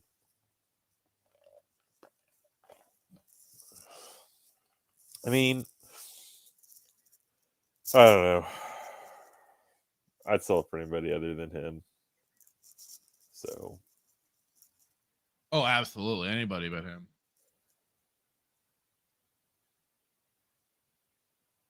So now there would you saw what I had in the Discord, right? Yeah. Some of the stuff. Yeah. So this is something I thought would be kind of a interesting topic, especially you being you. I think I see what you're saying. Yeah. Yeah. So, and it's in the title of the of this episode tonight. But yeah, so if you haven't, over on Twitter, a gal by the name of Magic Moonshot was doing something originally just kind of innocent. Just wanted to, she was first saying, I'd like to host ladies Halo scrims on Saturday afternoon/evening. Who would be interested in playing? 4v4 best of 5s in round robin format. Full teams, partial teams, free agents, welcome, no prize pool, just for fun/practice. Starts out, just innocently enough. Hey, that's a cool idea. Organize these sort of little events. And somewhere down the line, it did. I mean, she was being open and honest about what she was also wanting to set up for this. But also, this is the unfortunate thing. But here's where this is what initially got things into trouble. She then had a tweet. I am building out channels in my Discord. Now remember, this is her own Discord, which she has every right to control it how she wants to do it. For the ladies scrims on Saturday, I love and value all people. So, she's putting that out there. And as a Christian, I believe God created people in his image as male and female. Genesis 5:1-2. Therefore, I will not be allowing trans players to participate. And I think that is completely, that's what she wants to set up. That's her right to do exactly that, right? Because, she's hosting it on her own Discord. She wants to organize this with people that she's either going to be vetting, getting to know, or whatever. That seems fun. Why not? And I mean, yes, you could say it's a bit weird to, not have male players, but hey, they want a space for them, for all women. Where's the harm in that, right? But you got to remember, there's a lot of mentally disturbed people out there. And this is exactly, so this also kind of goes into what some of what I've been particularly hammering on about, especially when it came to Az and his rant. And what I also further detailed on how, gamers, especially to really take things in full force, need to fight back a little stronger. But, here's where then the extra bit of the arrangement comes into all this. So then this mental midget, Molly May, over here on Twitter says, hey, Advanced GG and Gamer Advantage. I believe this is one of your partners using her religion as justification to proudly discriminate against the alphabet community. I'm not saying all that crap. Specifically trans people. Not a great look. Can someone take a look into this for me, please? And this is the way these people have attacked other sides, our side, whatever you want to call it. They know how to, and they can.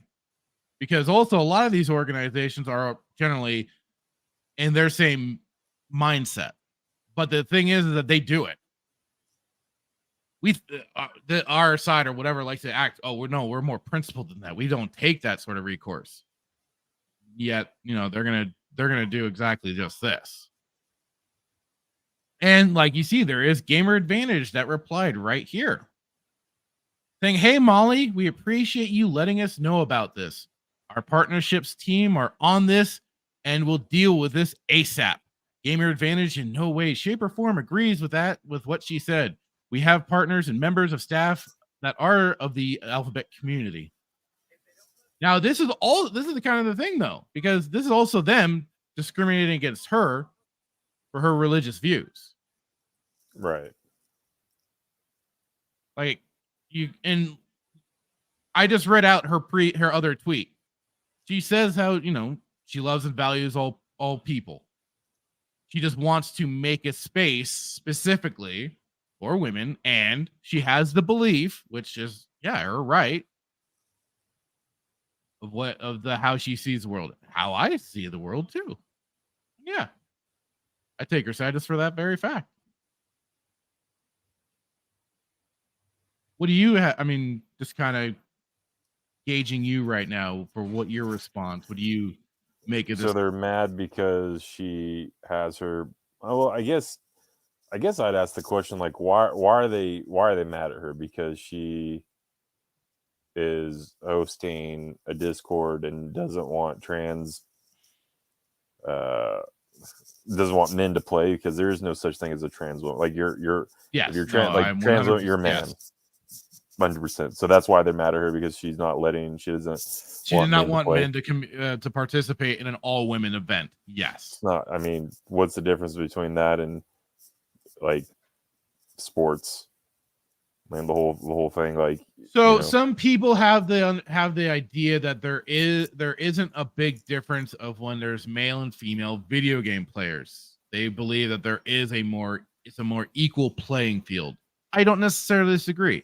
Okay, but her stance is that, or I don't necessarily agree with that, because I do see it as, men and women do have different kind of brain chemistry that goes on, that thinks in different ways, looks at situations in different ways as well. So now you can say that some of the hand-eye coordination can also be a bit different, because we are meant for more athletic activities and stuff like that. More aggression. Right. Yeah. So here's the thing. If this is like everybody, I mean, I've not been shy. I've said it before, like I'm a Christian, right, on the show. And here's the thing. So people use this argument all the time, like, well, you say you're a Christian, but doesn't God say love everybody? And I don't understand why you don't support gays, or you don't support transgenderism. The issue isn't the fact that we don't love them. We do. The issue is we don't, like, it's the sin, and everybody, like, I'm a sinner, you're like, everybody's a sin, so all sin is equal to the eyes of the Lord. But the problem is they use this argument like, well, we just don't understand why you don't support them. It has nothing to do with loving the person. It has to do with not believing what they're doing is wrong, right? So her argument is she wants to host a Discord of all women gamers, right? Right. So, like, facts don't care about your feelings. Trans women are not women; they are men. And so she has she has the full right to do that. That doesn't mean she hates the trans. And I men. felt like she was very open and honest about what she wanted to do. Absolutely, has nothing to do with that. It has the fact that she wants to host an all women's gaming night, if you will. Sorry, right? Like, you can want to be a woman if you want, but you're not. You are a man. And she is within her full right, and she's not a racist. She's not a bigot. That's her. I mean, like I said, you can sit here and you can argue it all you want. Like, it's pseudoscience. There's male and there's female. Like you can have you can have your relativism, and you can think that that's your truth. At the end of the day, there's only one truth, and I'm sorry, like, it is. I mean, it is what it is. So, like, she's within her full rights. Now, if she took the stance of like, well, I'm a Christian, but I don't accept or love, if she took that stance, then that's not Christian, right? Because we're to love everybody, but hate sin. She was not taking an angle of hate or anything like that. But here's the thing: this is the culture that we are now in. Like, if you have morals, if you're a Christian who obviously, like, have Christian moral, like, we'll just say Christian, or even have morals. Even if you're not a Christian, you have morals. Like, you are now going against the grain. So you are now the enemy. You're enemy number one. Because it's like what is now right, what has been right is wrong, and what is wrong is now right.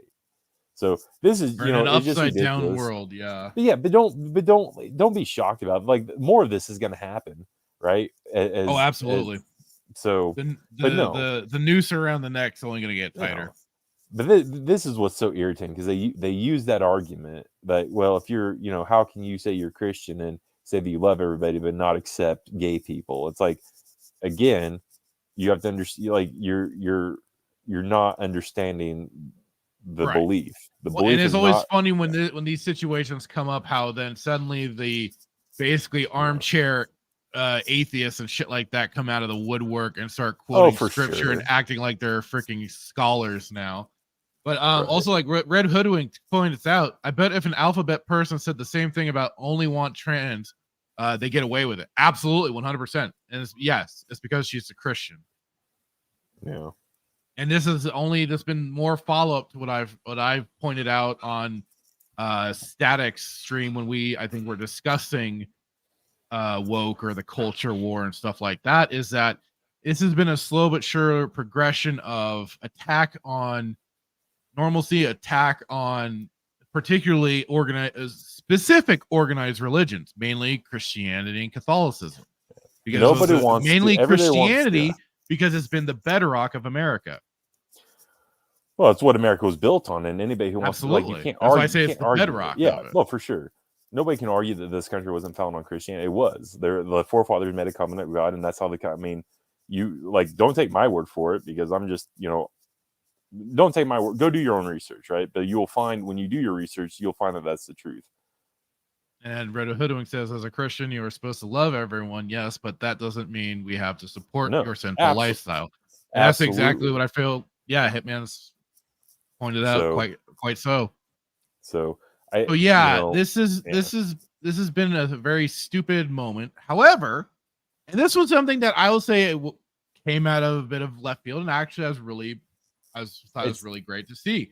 So then we get this. So she puts out another post, and she kind of does it in an interesting way where she then, I guess, took a bunch of screenshots because she had a big post to make on it. But here we go. So it says here, it has been quite the ride over the past 48 hours.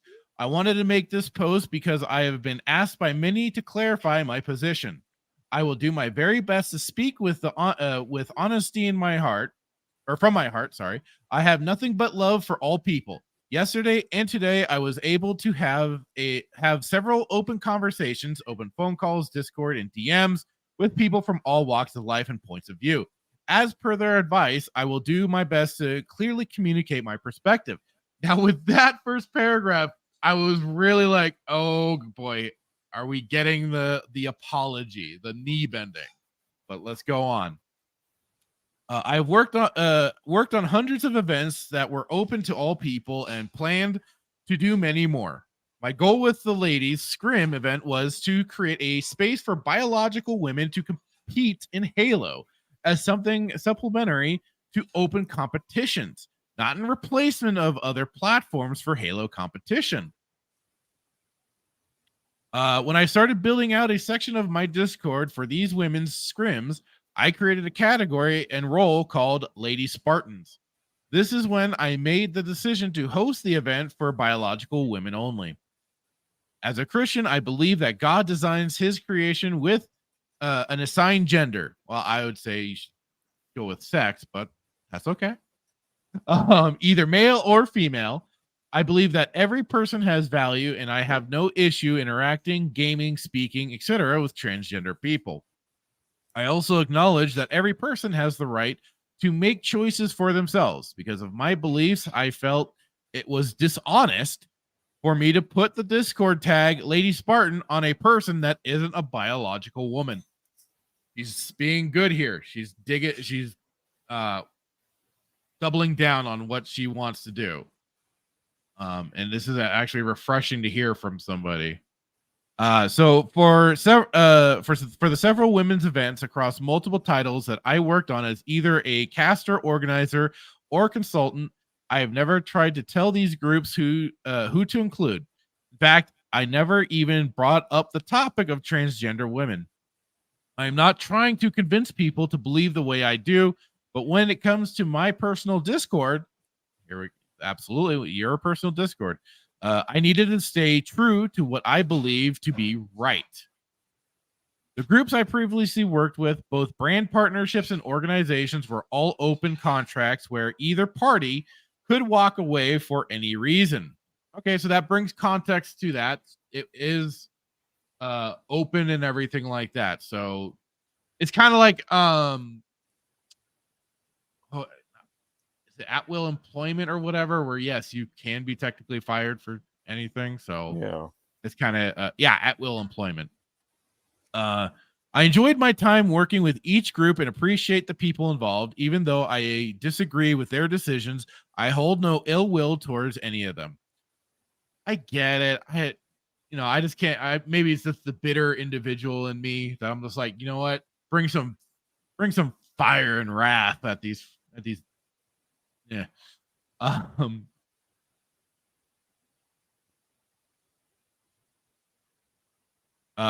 If you've read this far, thank you for hearing me out. I want to especially thank the many people who checked up on me in the last 2 days, both people who agree with my perspective and friends who disagree but respect my right to hold on to my own beliefs. I especially want to thank the many Christians who offered scriptures of encouragement and prayers. I don't know where I can go from here. If I have to leave the gaming space behind, I'm willing to do that. But if God gives me a path forward in this space, I will follow it. Game on, be the light, onward and upward. Magic Moonshot. And I hope she does not leave the gaming space at all. Hopefully she continues on. Don't let these parasites out there get you down, because that's all they're going to try. All that'll be is a victory for them. The biggest kind of, and I is the only way I know how to put it, but the biggest middle finger you could give them is by staying in the space that you're doing.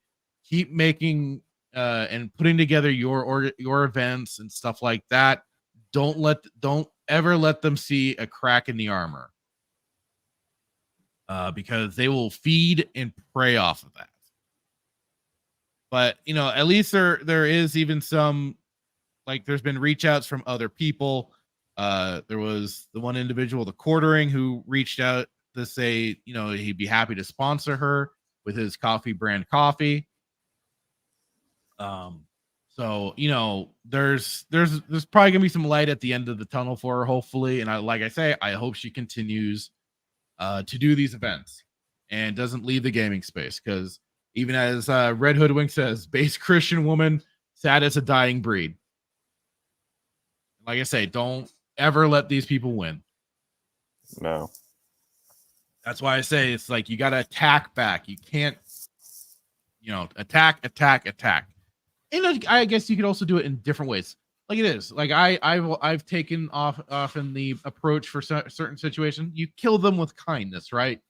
So you just be that shining beacon of goodness. So, or just ask questions too. Hey, absolutely. I mean, here's the thing. Here's the thing. So when you're a Christian and you're talking to an atheist, you cannot use the Bible to convince them contrary to their point, right? Because they're not going to, they don't believe the Bible is true. They don't believe in it, right? What you can do is use like real world issues.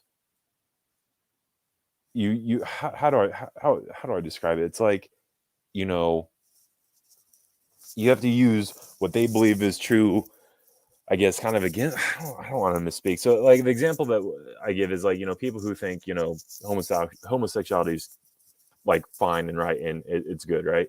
So you can't say, well, homosexuality is bad because the Lord says it's bad, right? And you can't quote Bible to them because they're not gonna take it. But what you can do is say, okay, well, so you ask them like, so you think homosexuality is right? It's like, absolutely. It's like, okay, well, like, so is it fair to say that every human has an innate will to like want to live and survive, and the world is based off survival, is it not? Well, yeah, it is. So explain to me how homosexuality ensures the survival of man, like procreation, everything, so you can't, and it's the same thing with, I guess, I don't know, with that, but it's just, they don't believe the Bible. So to your point, like, don't back down, but like, this is where you just got to use like your biblical worldview against their secular worldview.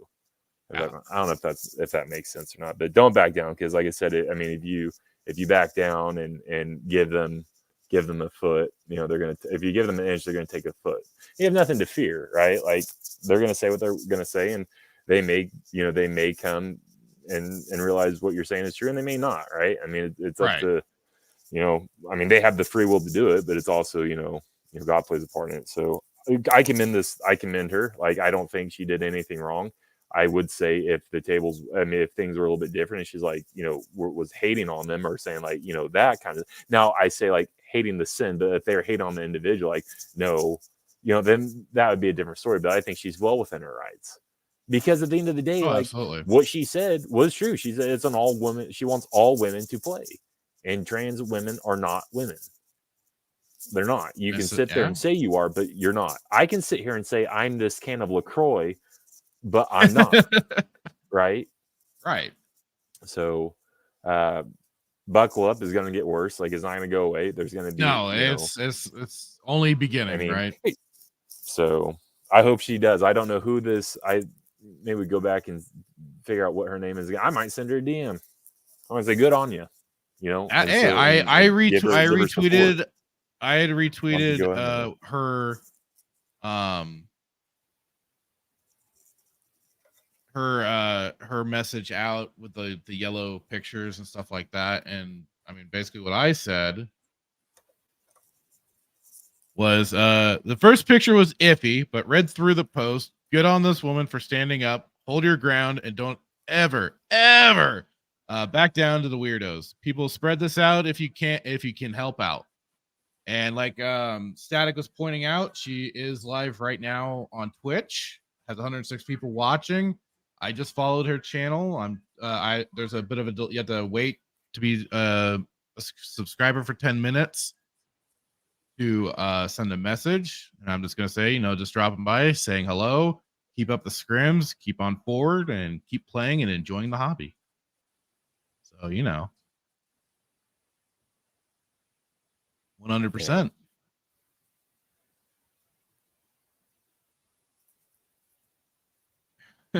Static. Atheists are the worst because their whole stance is you have to prove it to them, and they don't have to prove anything.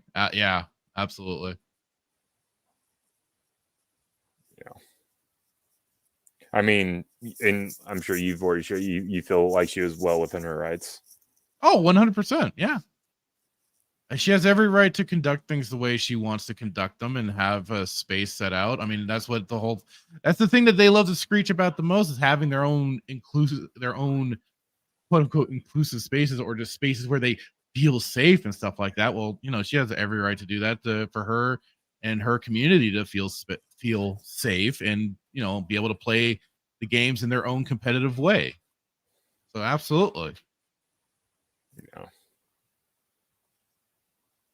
No, and it just kind of goes to show the bullshit hypocrisy that these people love to display, of how they act like they're so inclusive and and whatever the buzz terms are that they love throwing around. But it's like, no, they are some of the most spiteful, angry, hateful individuals that you could run into. Oh, they'll cancel you in a heartbeat.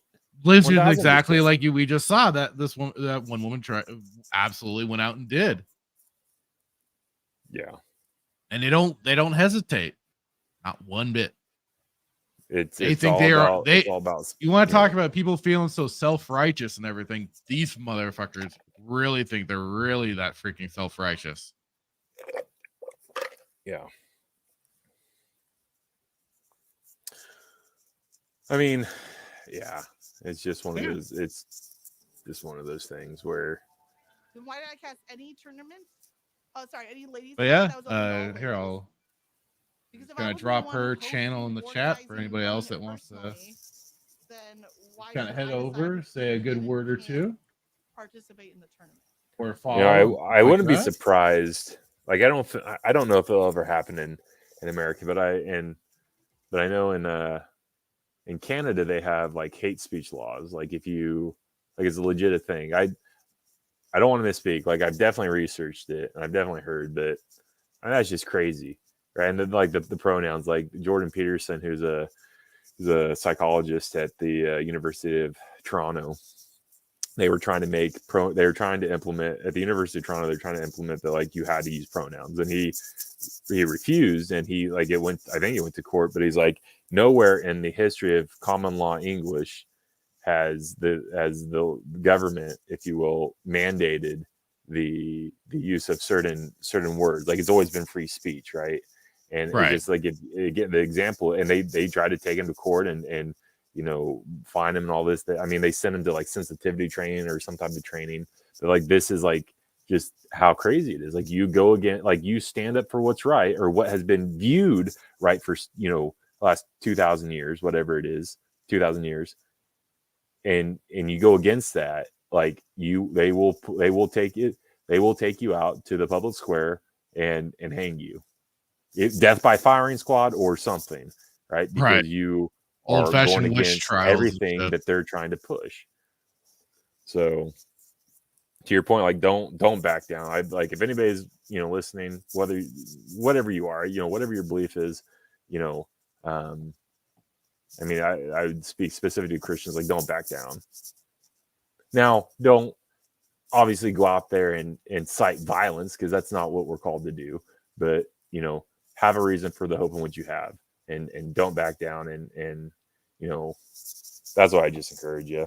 And even if they can't, like, have no fear of canceling, because at the end of the day, like, no, that's the biggest thing, is that people need to be to not allow these people to get to you, and to and I get it, like believe me, it's why I certainly keep myself behind the Kyle Katarn avatar, because these people will do damage. But at the same time, it's just called, all right, that shit happens. Right. I mean, I'll keep speaking no matter what way I have to go about it. Yeah, I mean, I'll just kind of end it on this, like, like we have, you and I have not had a lot of conversations about this, either, behind closed doors or in person or on the show. But like, for me specifically, being a Christian, and anybody who's listening, they know that, like, at the end of the day, man, like, it's all that we have has been given to us by God. And if you glorify him, like, there's no, like, you're not going to go through life, easy peasy, and it's not like it's going to be easy, right? Like he said, it's going to be hard. So why fear? If they come after you, like, here's the thing. If I say this on this show and I go to work Monday and I get fired, like, yeah, that sucks. But again, like, God gave me that job and he can take it away. Right. But if I, there's a movie called God's Not Dead 2, and it has Melissa Joan Hart. And she says this quote. She says, "I would rather stand with God and be judged by the world than stand with the world and be judged by God." Right. So at the end of the day, like, I guess what I'm trying to say is, like, everything you have has been given to you by God, and he can take it away. But if you're standing up for him, like, do you really think, like, you're going to go hungry? You're going to go without it? Like, I believe that he's going to provide. So, like, what are they going to do? Like, I'm not trying to, like, go on a tangent here, but there's a verse that says, don't fear man, for all the man can do is kill your body, but fear the Father who can kill your soul. Meaning, the worst thing that they can do to you is kill your body, but you're going to die anyways, right? Fear God who can kill your soul and send you to hell. Right. If that makes sense. So, like, I don't want to go on a tangent here, but, like, I feel like as a Christian, that is why so that was also why I wanted to bring up this topic, is because I do want to get your perspective on this and what you think of it and everything. That's the whole point of this. So absolutely. I mean, I think we both speak from the heart, essentially, and what is honestly going on through our minds in these different topics. Yeah, absolutely, man. Speak out. I just, like I said, I gotta do my duty as a Christian and preach the gospel when I can. And I mean, it's a platform. I mean, like I said, you've done a lot of the work here, but I'm blessed to be on here and be able to speak. Anyways, that's why we love them. But yeah, it's good on her. I'm gonna get on Twitch, and I'm gonna get on Twitter, and not X, stupid, but it's just, yeah, man.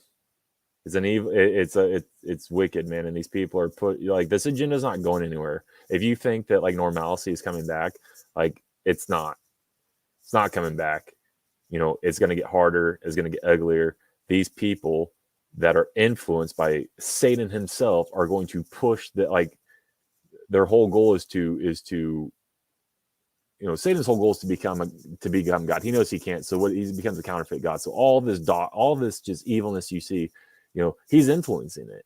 LGBTQ, this homosexuality isn't something that's just been around for 20 years. This has been 2,000 years ago. And I mean, God speaks about it in Deuteronomy, like, so this isn't anything new, right? It's been around, and they just, this whole inclusion thing, and then they turn it against the Christians. Like, well, you preach love, but then you hate, and it's like, no, like that's why I say they are the biggest hypocrites out there. It is, but like I'll say this, and then we can move on. I promise. So it's like, what's the greater love? Which is the greater love? Is it to let them continue in their sin and go to hell, or to tell them that I love them enough to tell them the truth? And again, this is why I say, like, you've got to be careful, because they're not gonna believe the Bible. But like, how do you prove your point? It was like Ben Shapiro, love him or hate him. Like, and again, like he's Jewish and he doesn't believe that Christ is Messiah. But like, he has said that he will not use the Old Testament he won't use the Bible, or what their portion of the Bible, to prove a point, because the other side won't believe it. But what he does is kind of like what I said about like the homosexuality piece. Like, if we are all about survival and reproduction and continuing, to have this earth flourish, then you need procreation. But homosexuality is the one thing that ensures that it's not going to flourish. So you're sitting here saying, well, it's okay for this group to do it, but we'll use the other side of the group to kind of carry the load and ensure that you know what I mean? Right. And well, that's where, like, people pointed out the insidious nature of it too, is that then they don't necessarily procreate in the natural order of things. So then that's why they do get into schools, why they do go and teach kids and stuff like that. And that's the whole goal, is to get them young and thinking like they do. And then absolutely. Oh yeah. And that's why, like, it's like, yeah, because you go after a child. It's like people have called it. It's like a mind virus.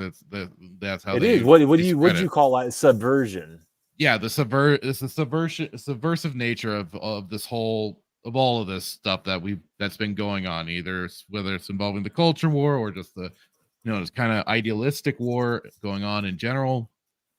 We make fun of it. We make fun of Disney Star Wars, but since we've kind of taken a serious tone, I'd be remiss if I didn't mention this.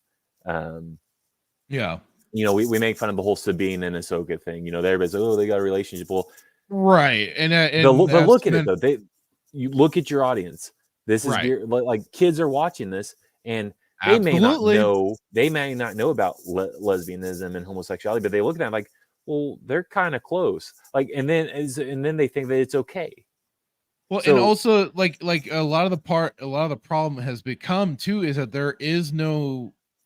This is what the thing that they've destroyed too, is just platonic friendship, just friendships in general. Now friendships aren't even friendships; they all have to have a romantic link.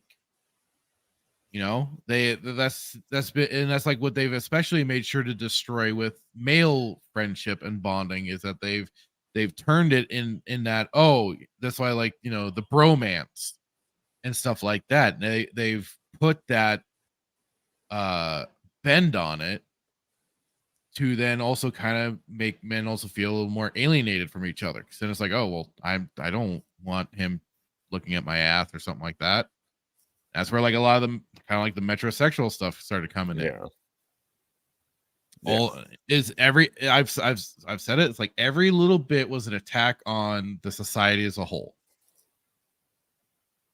Every bit of subversion and every bit of things that were attempted to be normalized and stuff like that through our media, especially, it was meant to erode all of it. That's been part of what I've just kind of ranted and raved about on occasions. Yeah.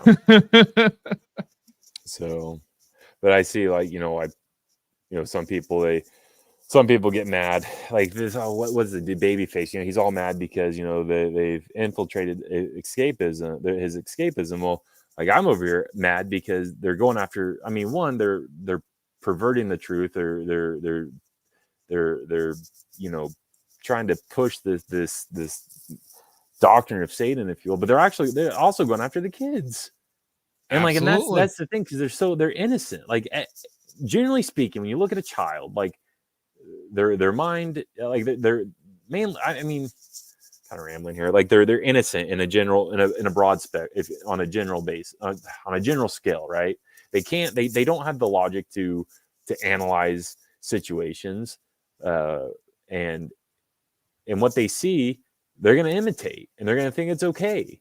So when you see a girl and another girl have a platonic relate, they don't know what the word platonic is.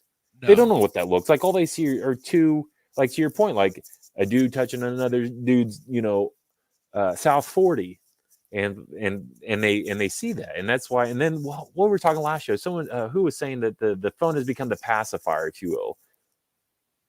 No way. Say that again. The phone has become the pacifier, and people, parents give the phones to them, and then either I forget who, either Sheefster did or myself. I mean, one of the two, but like so. Yeah, might have been like Wookiee or someone. It's like they're like, how dare you push your morals on me?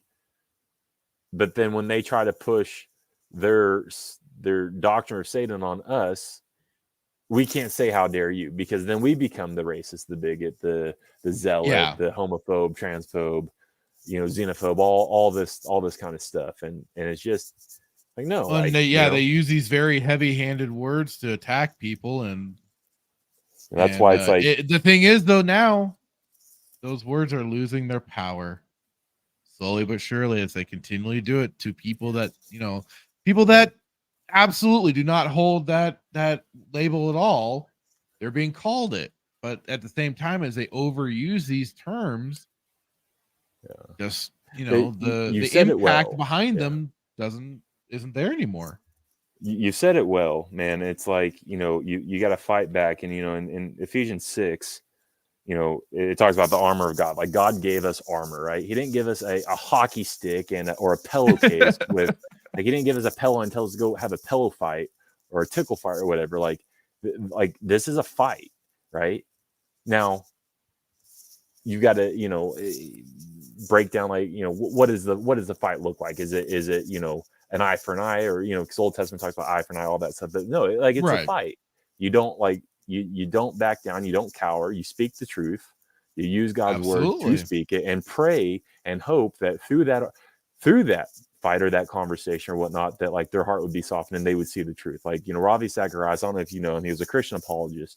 He said one time that, an argument can remove doubt, but only the Holy Spirit can convict the truth. So for my world, like my biblical view, right? It's if I go into an argument, I can go in and you and I can talk all day about God and Jesus, and I can try and I can do anything and everything I can to convince. I can bring you the evidence why Christ is who he said he was, and why Christianity is not a religion, but is the faith that is the faith, right? And God is who he says he is.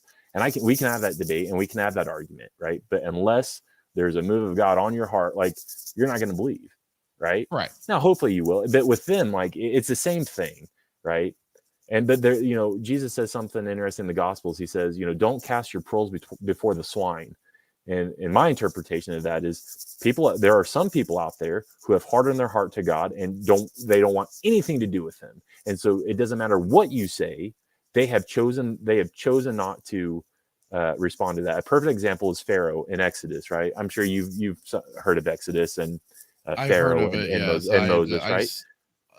Vaguely, yeah. Vaguely, right? I know of some of the stories and stuff like that. I'm just not there's a versed on them. Right. So the Exodus is where, God is basically essentially rescuing the Israelites from Egypt, right?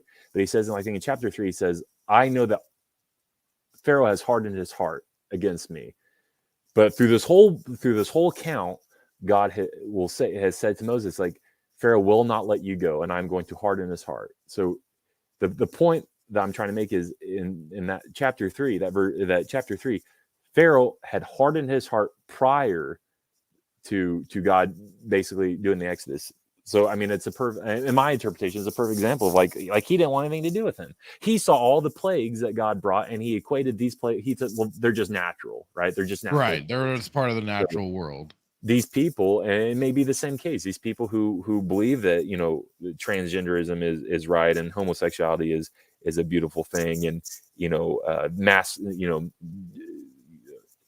what do you call it? Gender mutilation of kids is fine, and abortion is a thing. Like they essentially, like just think that this is true, and they don't want anything to do with God, and they refute it because this is what they believe to be true, right? Right. So, kind of went on a tangent there. That's But okay. I think it's That's important okay. stuff. At least, when we talk, like, for my view, like it's important stuff. So it's like, have the conversation, do it in a, 1 Peter 3:15, I think it's 1 Peter 3:15, 3:5 says, have a hope and have an answer for the hope in which you have, and deliver it in a gentle and respectful manner, which is very interesting because when you debate an atheist, their whole goal, this is subjective, but I feel like they want to bait you and they want to prove that you're wrong. They're so hell bent. Well, it's to what Static said before. He said atheists are the worst because their whole stance is you have to prove it to them. They don't have to prove it to anything. Right. The burden falls on you to prove it to them, not the other way around.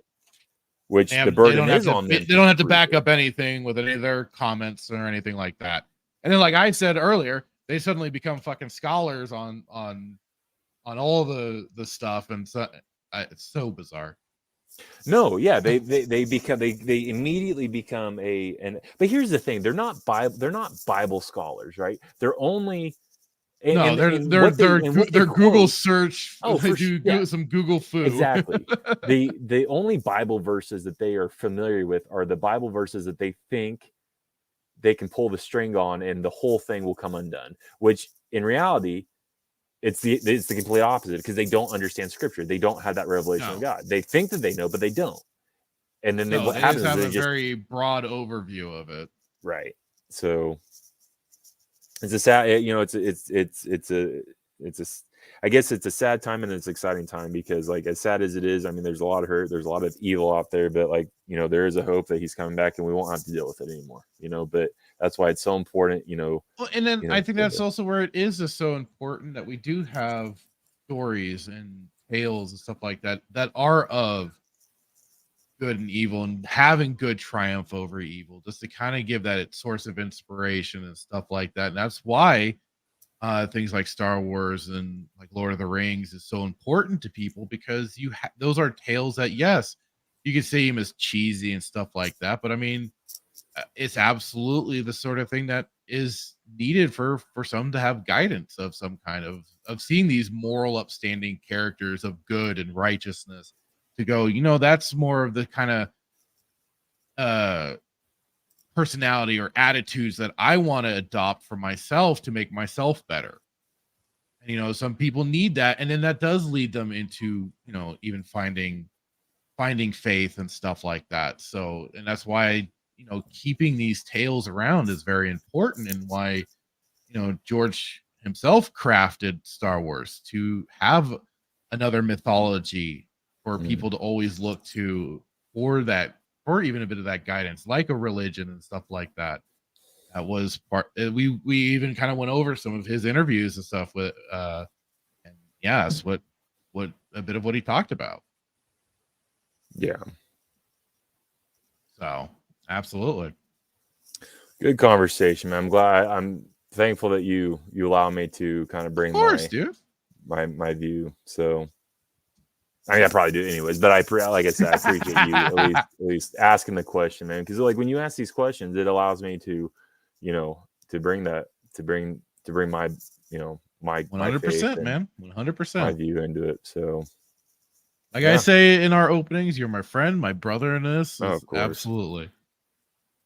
So yeah, like with Crimson Raptor, this part of the establishment on a new world order with a centralized government. They want to eliminate resistance by depopulation, while bringing in a more malleable population to control, to have people that don't question quite like the rest of us do. Red Hood winked. When double standards become the new common sense for these people. Yay. Yeah. Yep. So let's go into some. I mean, I think that was still a positive story, especially with the ending there. She was standing her ground and all that jazz. I find that always. There was some. I don't know how long we want to go, but when we want to end it, I did put something in Discord. I thought it'd be a cool thing to. Sure, I don't know if I have or not. I'm bringing it up right now. Hang on. I got excited because I thought that there's a certain he was fighting a certain person in this. Wait. Dang dog. Okay. Hang on. Just.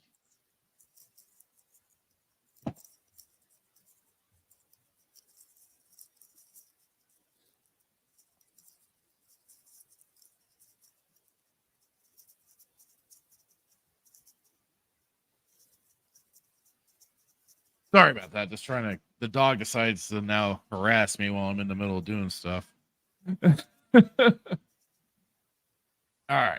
So here we go. So this is Skywalker Shadows of Evil, an award-winning lightsaber duel, a Star Wars fan film, SaberComp 2022. Let's go. You can hear it just fine. Yeah. Thoroughly enjoyed this.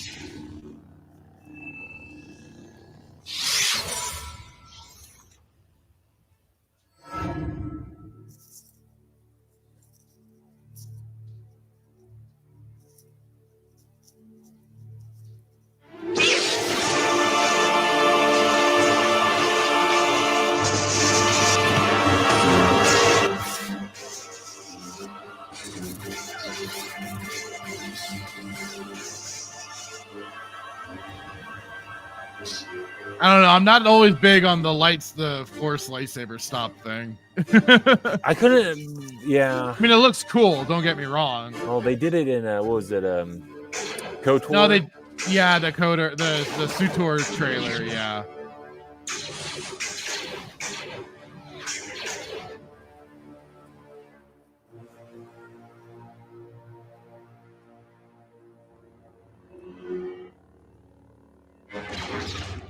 Oh, hello, OG Star Wars. Welcome. Welcome. Hey, everyone, and please smash the like button. Absolutely. Smash that like button. Oh.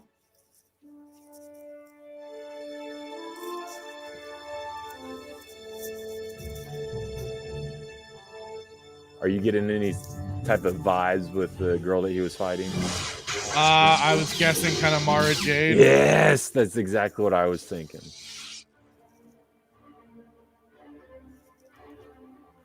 Looks like she's back. I just, I have a soft spot for Mara. I know. We all do. This guy's kind of giving me some Dooku vibes. Yeah, I was going to say very Dooku vibes. I'm guessing that's kind of how is it that, well, I'll just say it for me. But yeah, that whole very Attack of the Clone-esque moment there.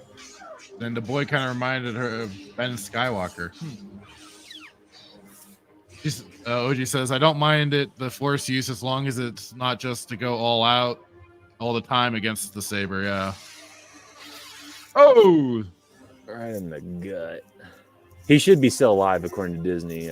Lightsaber battles.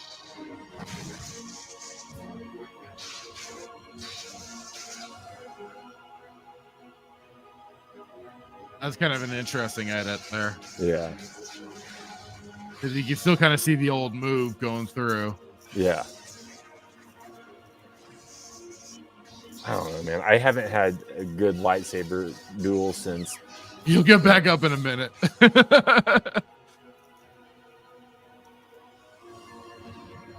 OG, this is a Skywalker Shadows of Evil fan film. Lightsaber duel.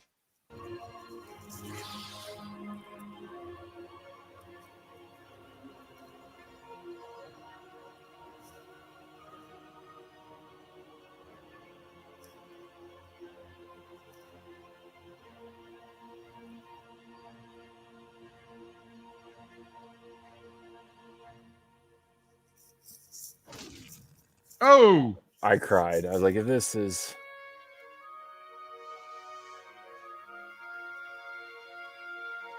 You just killed my wife. Yeah, the main guy is supposed to be Luke.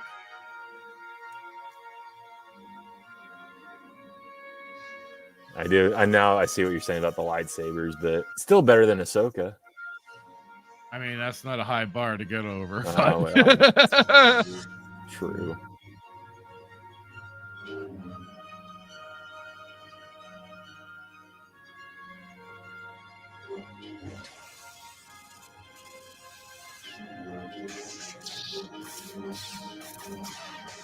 Do you think he has the form down right?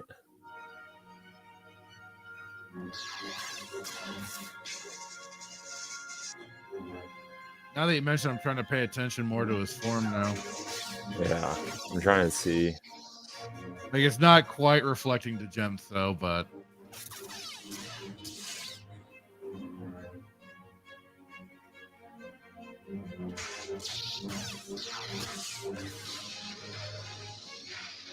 Is it Jim So?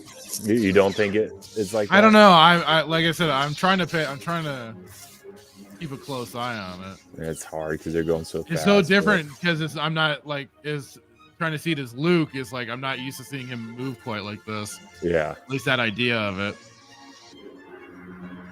It's kind of interesting because now this guy kind of has some Anakin episode 3 vibes with his outfit. Mm-hmm.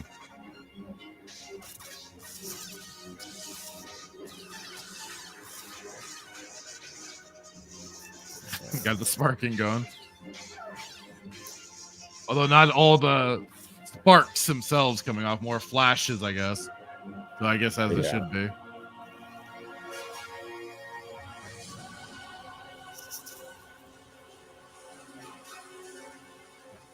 Yeah. Oh! That was a kind of, I don't know if that's I think I did see this, and that was what kind of bothered me was the was that ending.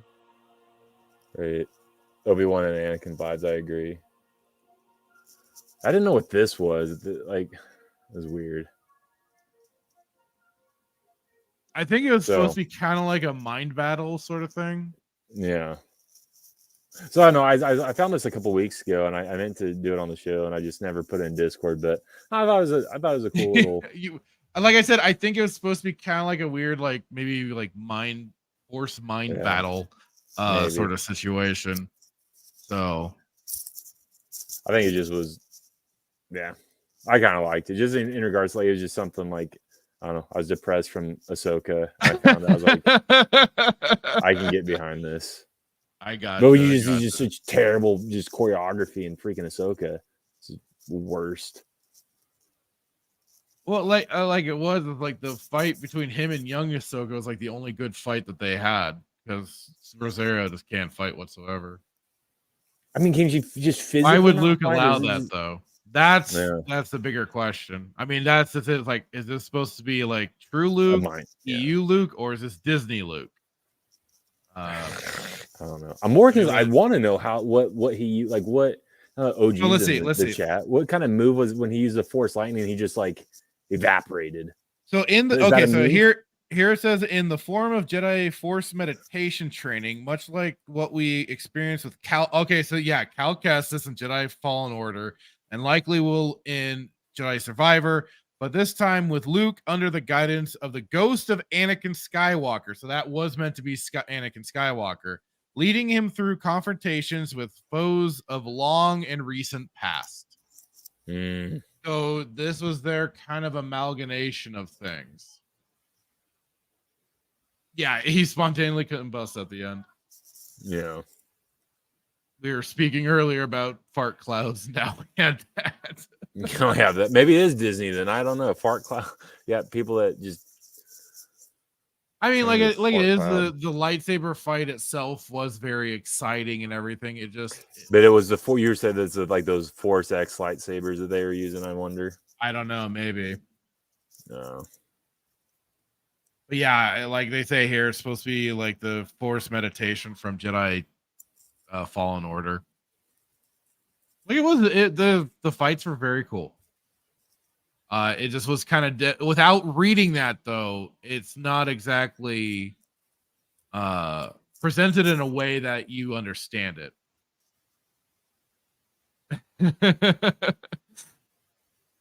Cade Skywalker versus Vader in the Force vision was much better. Yeah. I gotta read through that series more thoroughly one of these days. I've gone through bits and pieces of it, but I have not fully read Kate Skywalker's tale. I always keep starting it, but I just don't get through it all the time. But I need to.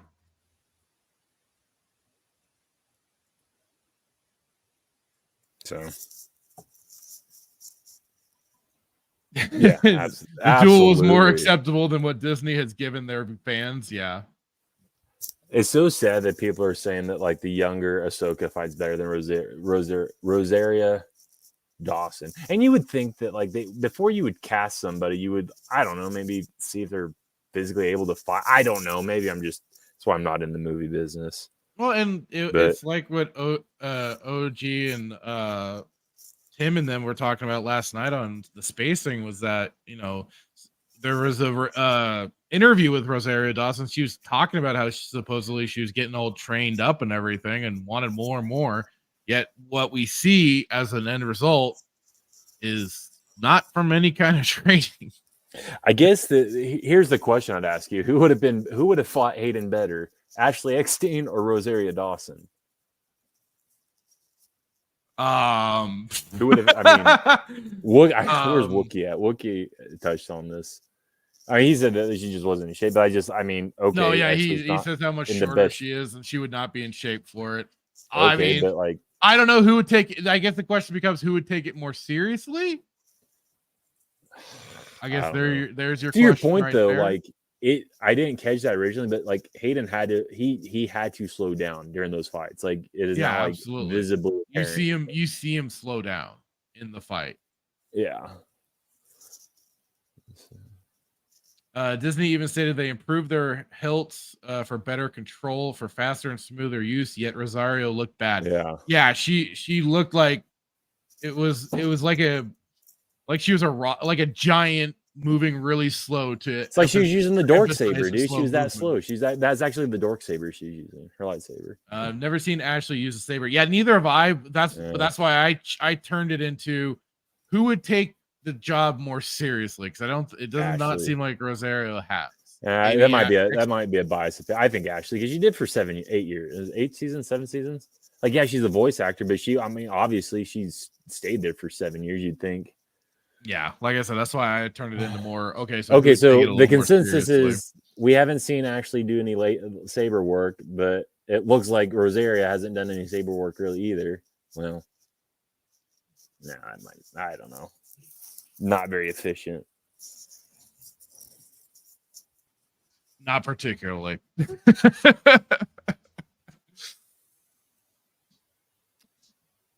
Well, you have any articles you want to go over? You think and call it article? We've got I was gonna get to some of the Final Fantasy VII stuff, but honestly, doesn't have to be today. It could be another time. But we've been going. Yeah, we can save it for next week or something, unless something else comes. Because we all know the next season or the next episode is going to be just as bad, if not worse. Yeah, 110%. It's going to be interesting for sure. Maybe. Well, I say interesting just in the hopes of, hey, maybe it'll definitely give us something to maybe talk a little more about, rage a little about, some more energy, because I just like I've kept saying, I just don't care. Like, I'm really just kind of losing that oomph, and they haven't given. I mean, not since like the whole lightsaber stabbing was. I'm like, what the hell? With this is just being like, all right, I just kind of going through the motions, and it's just not providing the same. That's why I don't say it's like as bad as Kenobi. Like, it's bad, but it's not like some of the most ridiculous asinine shit that we've had, like that came out of that. It's bad. And I'm still disappointed we did not get our helicopter lightsaber. There's still 3 episodes left. I was denied. There's still 3 episodes left. It could happen.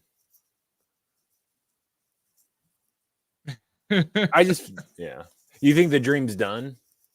Don't attack the person, attack the flashy sword. Absolutely. Attack the flashy sword.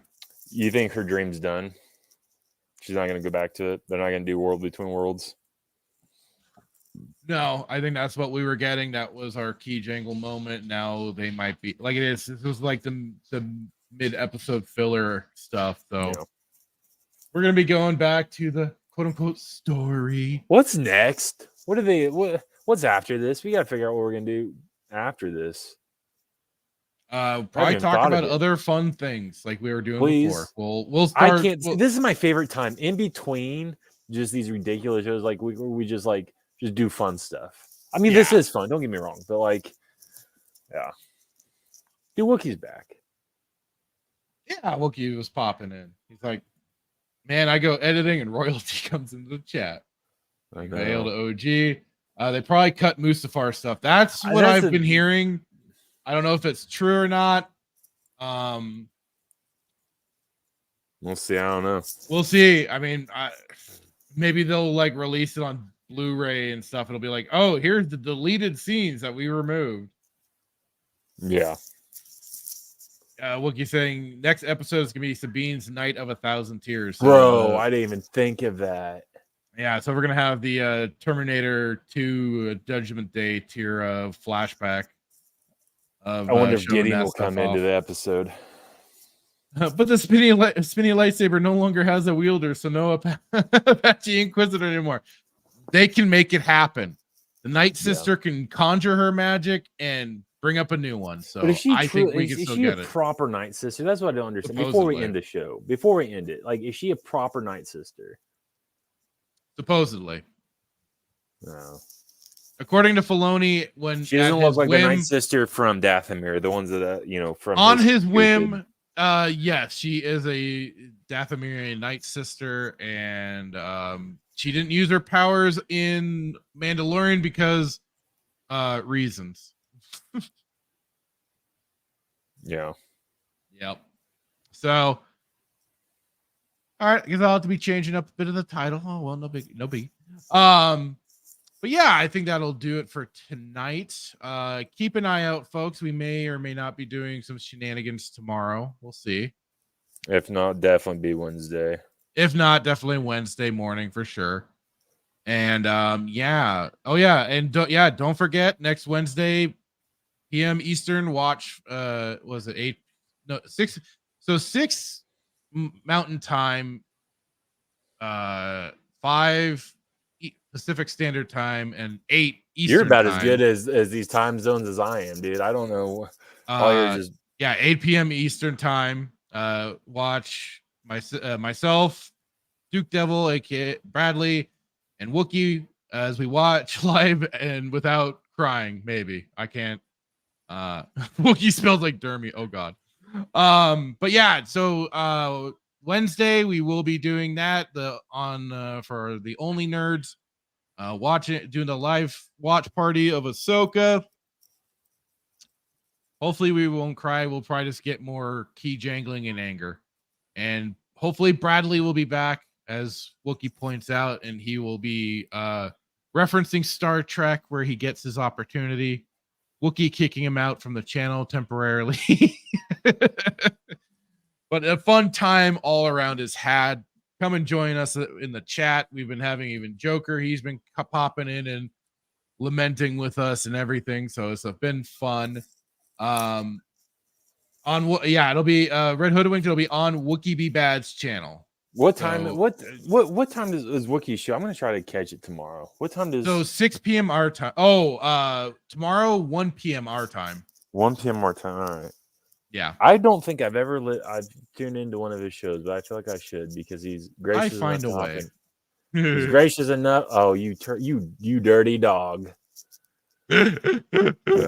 I feel like he's gracious enough. So yeah. What did I'm checking in tomorrow. Check it out tomorrow.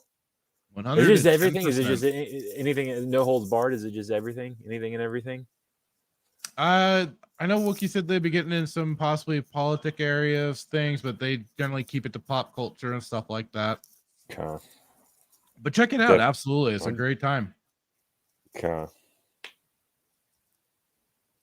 Yeah, Sunday is 3 p.m. Eastern Standard Time. It's Static's birthday special.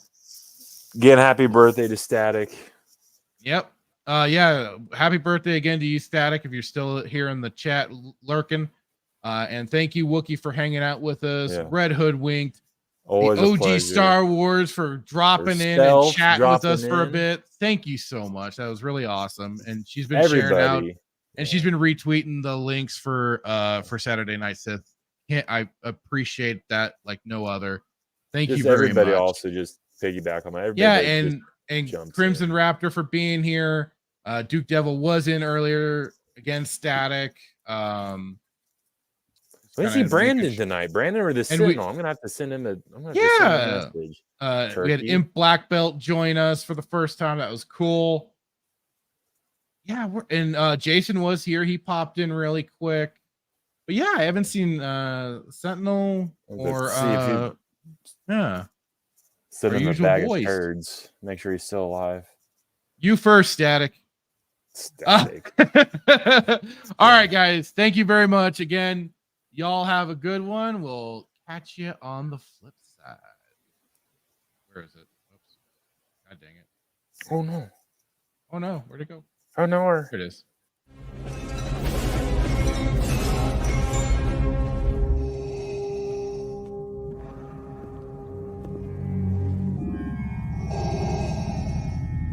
What is thy bidding, my master? Yeah, I should have known from the very beginning.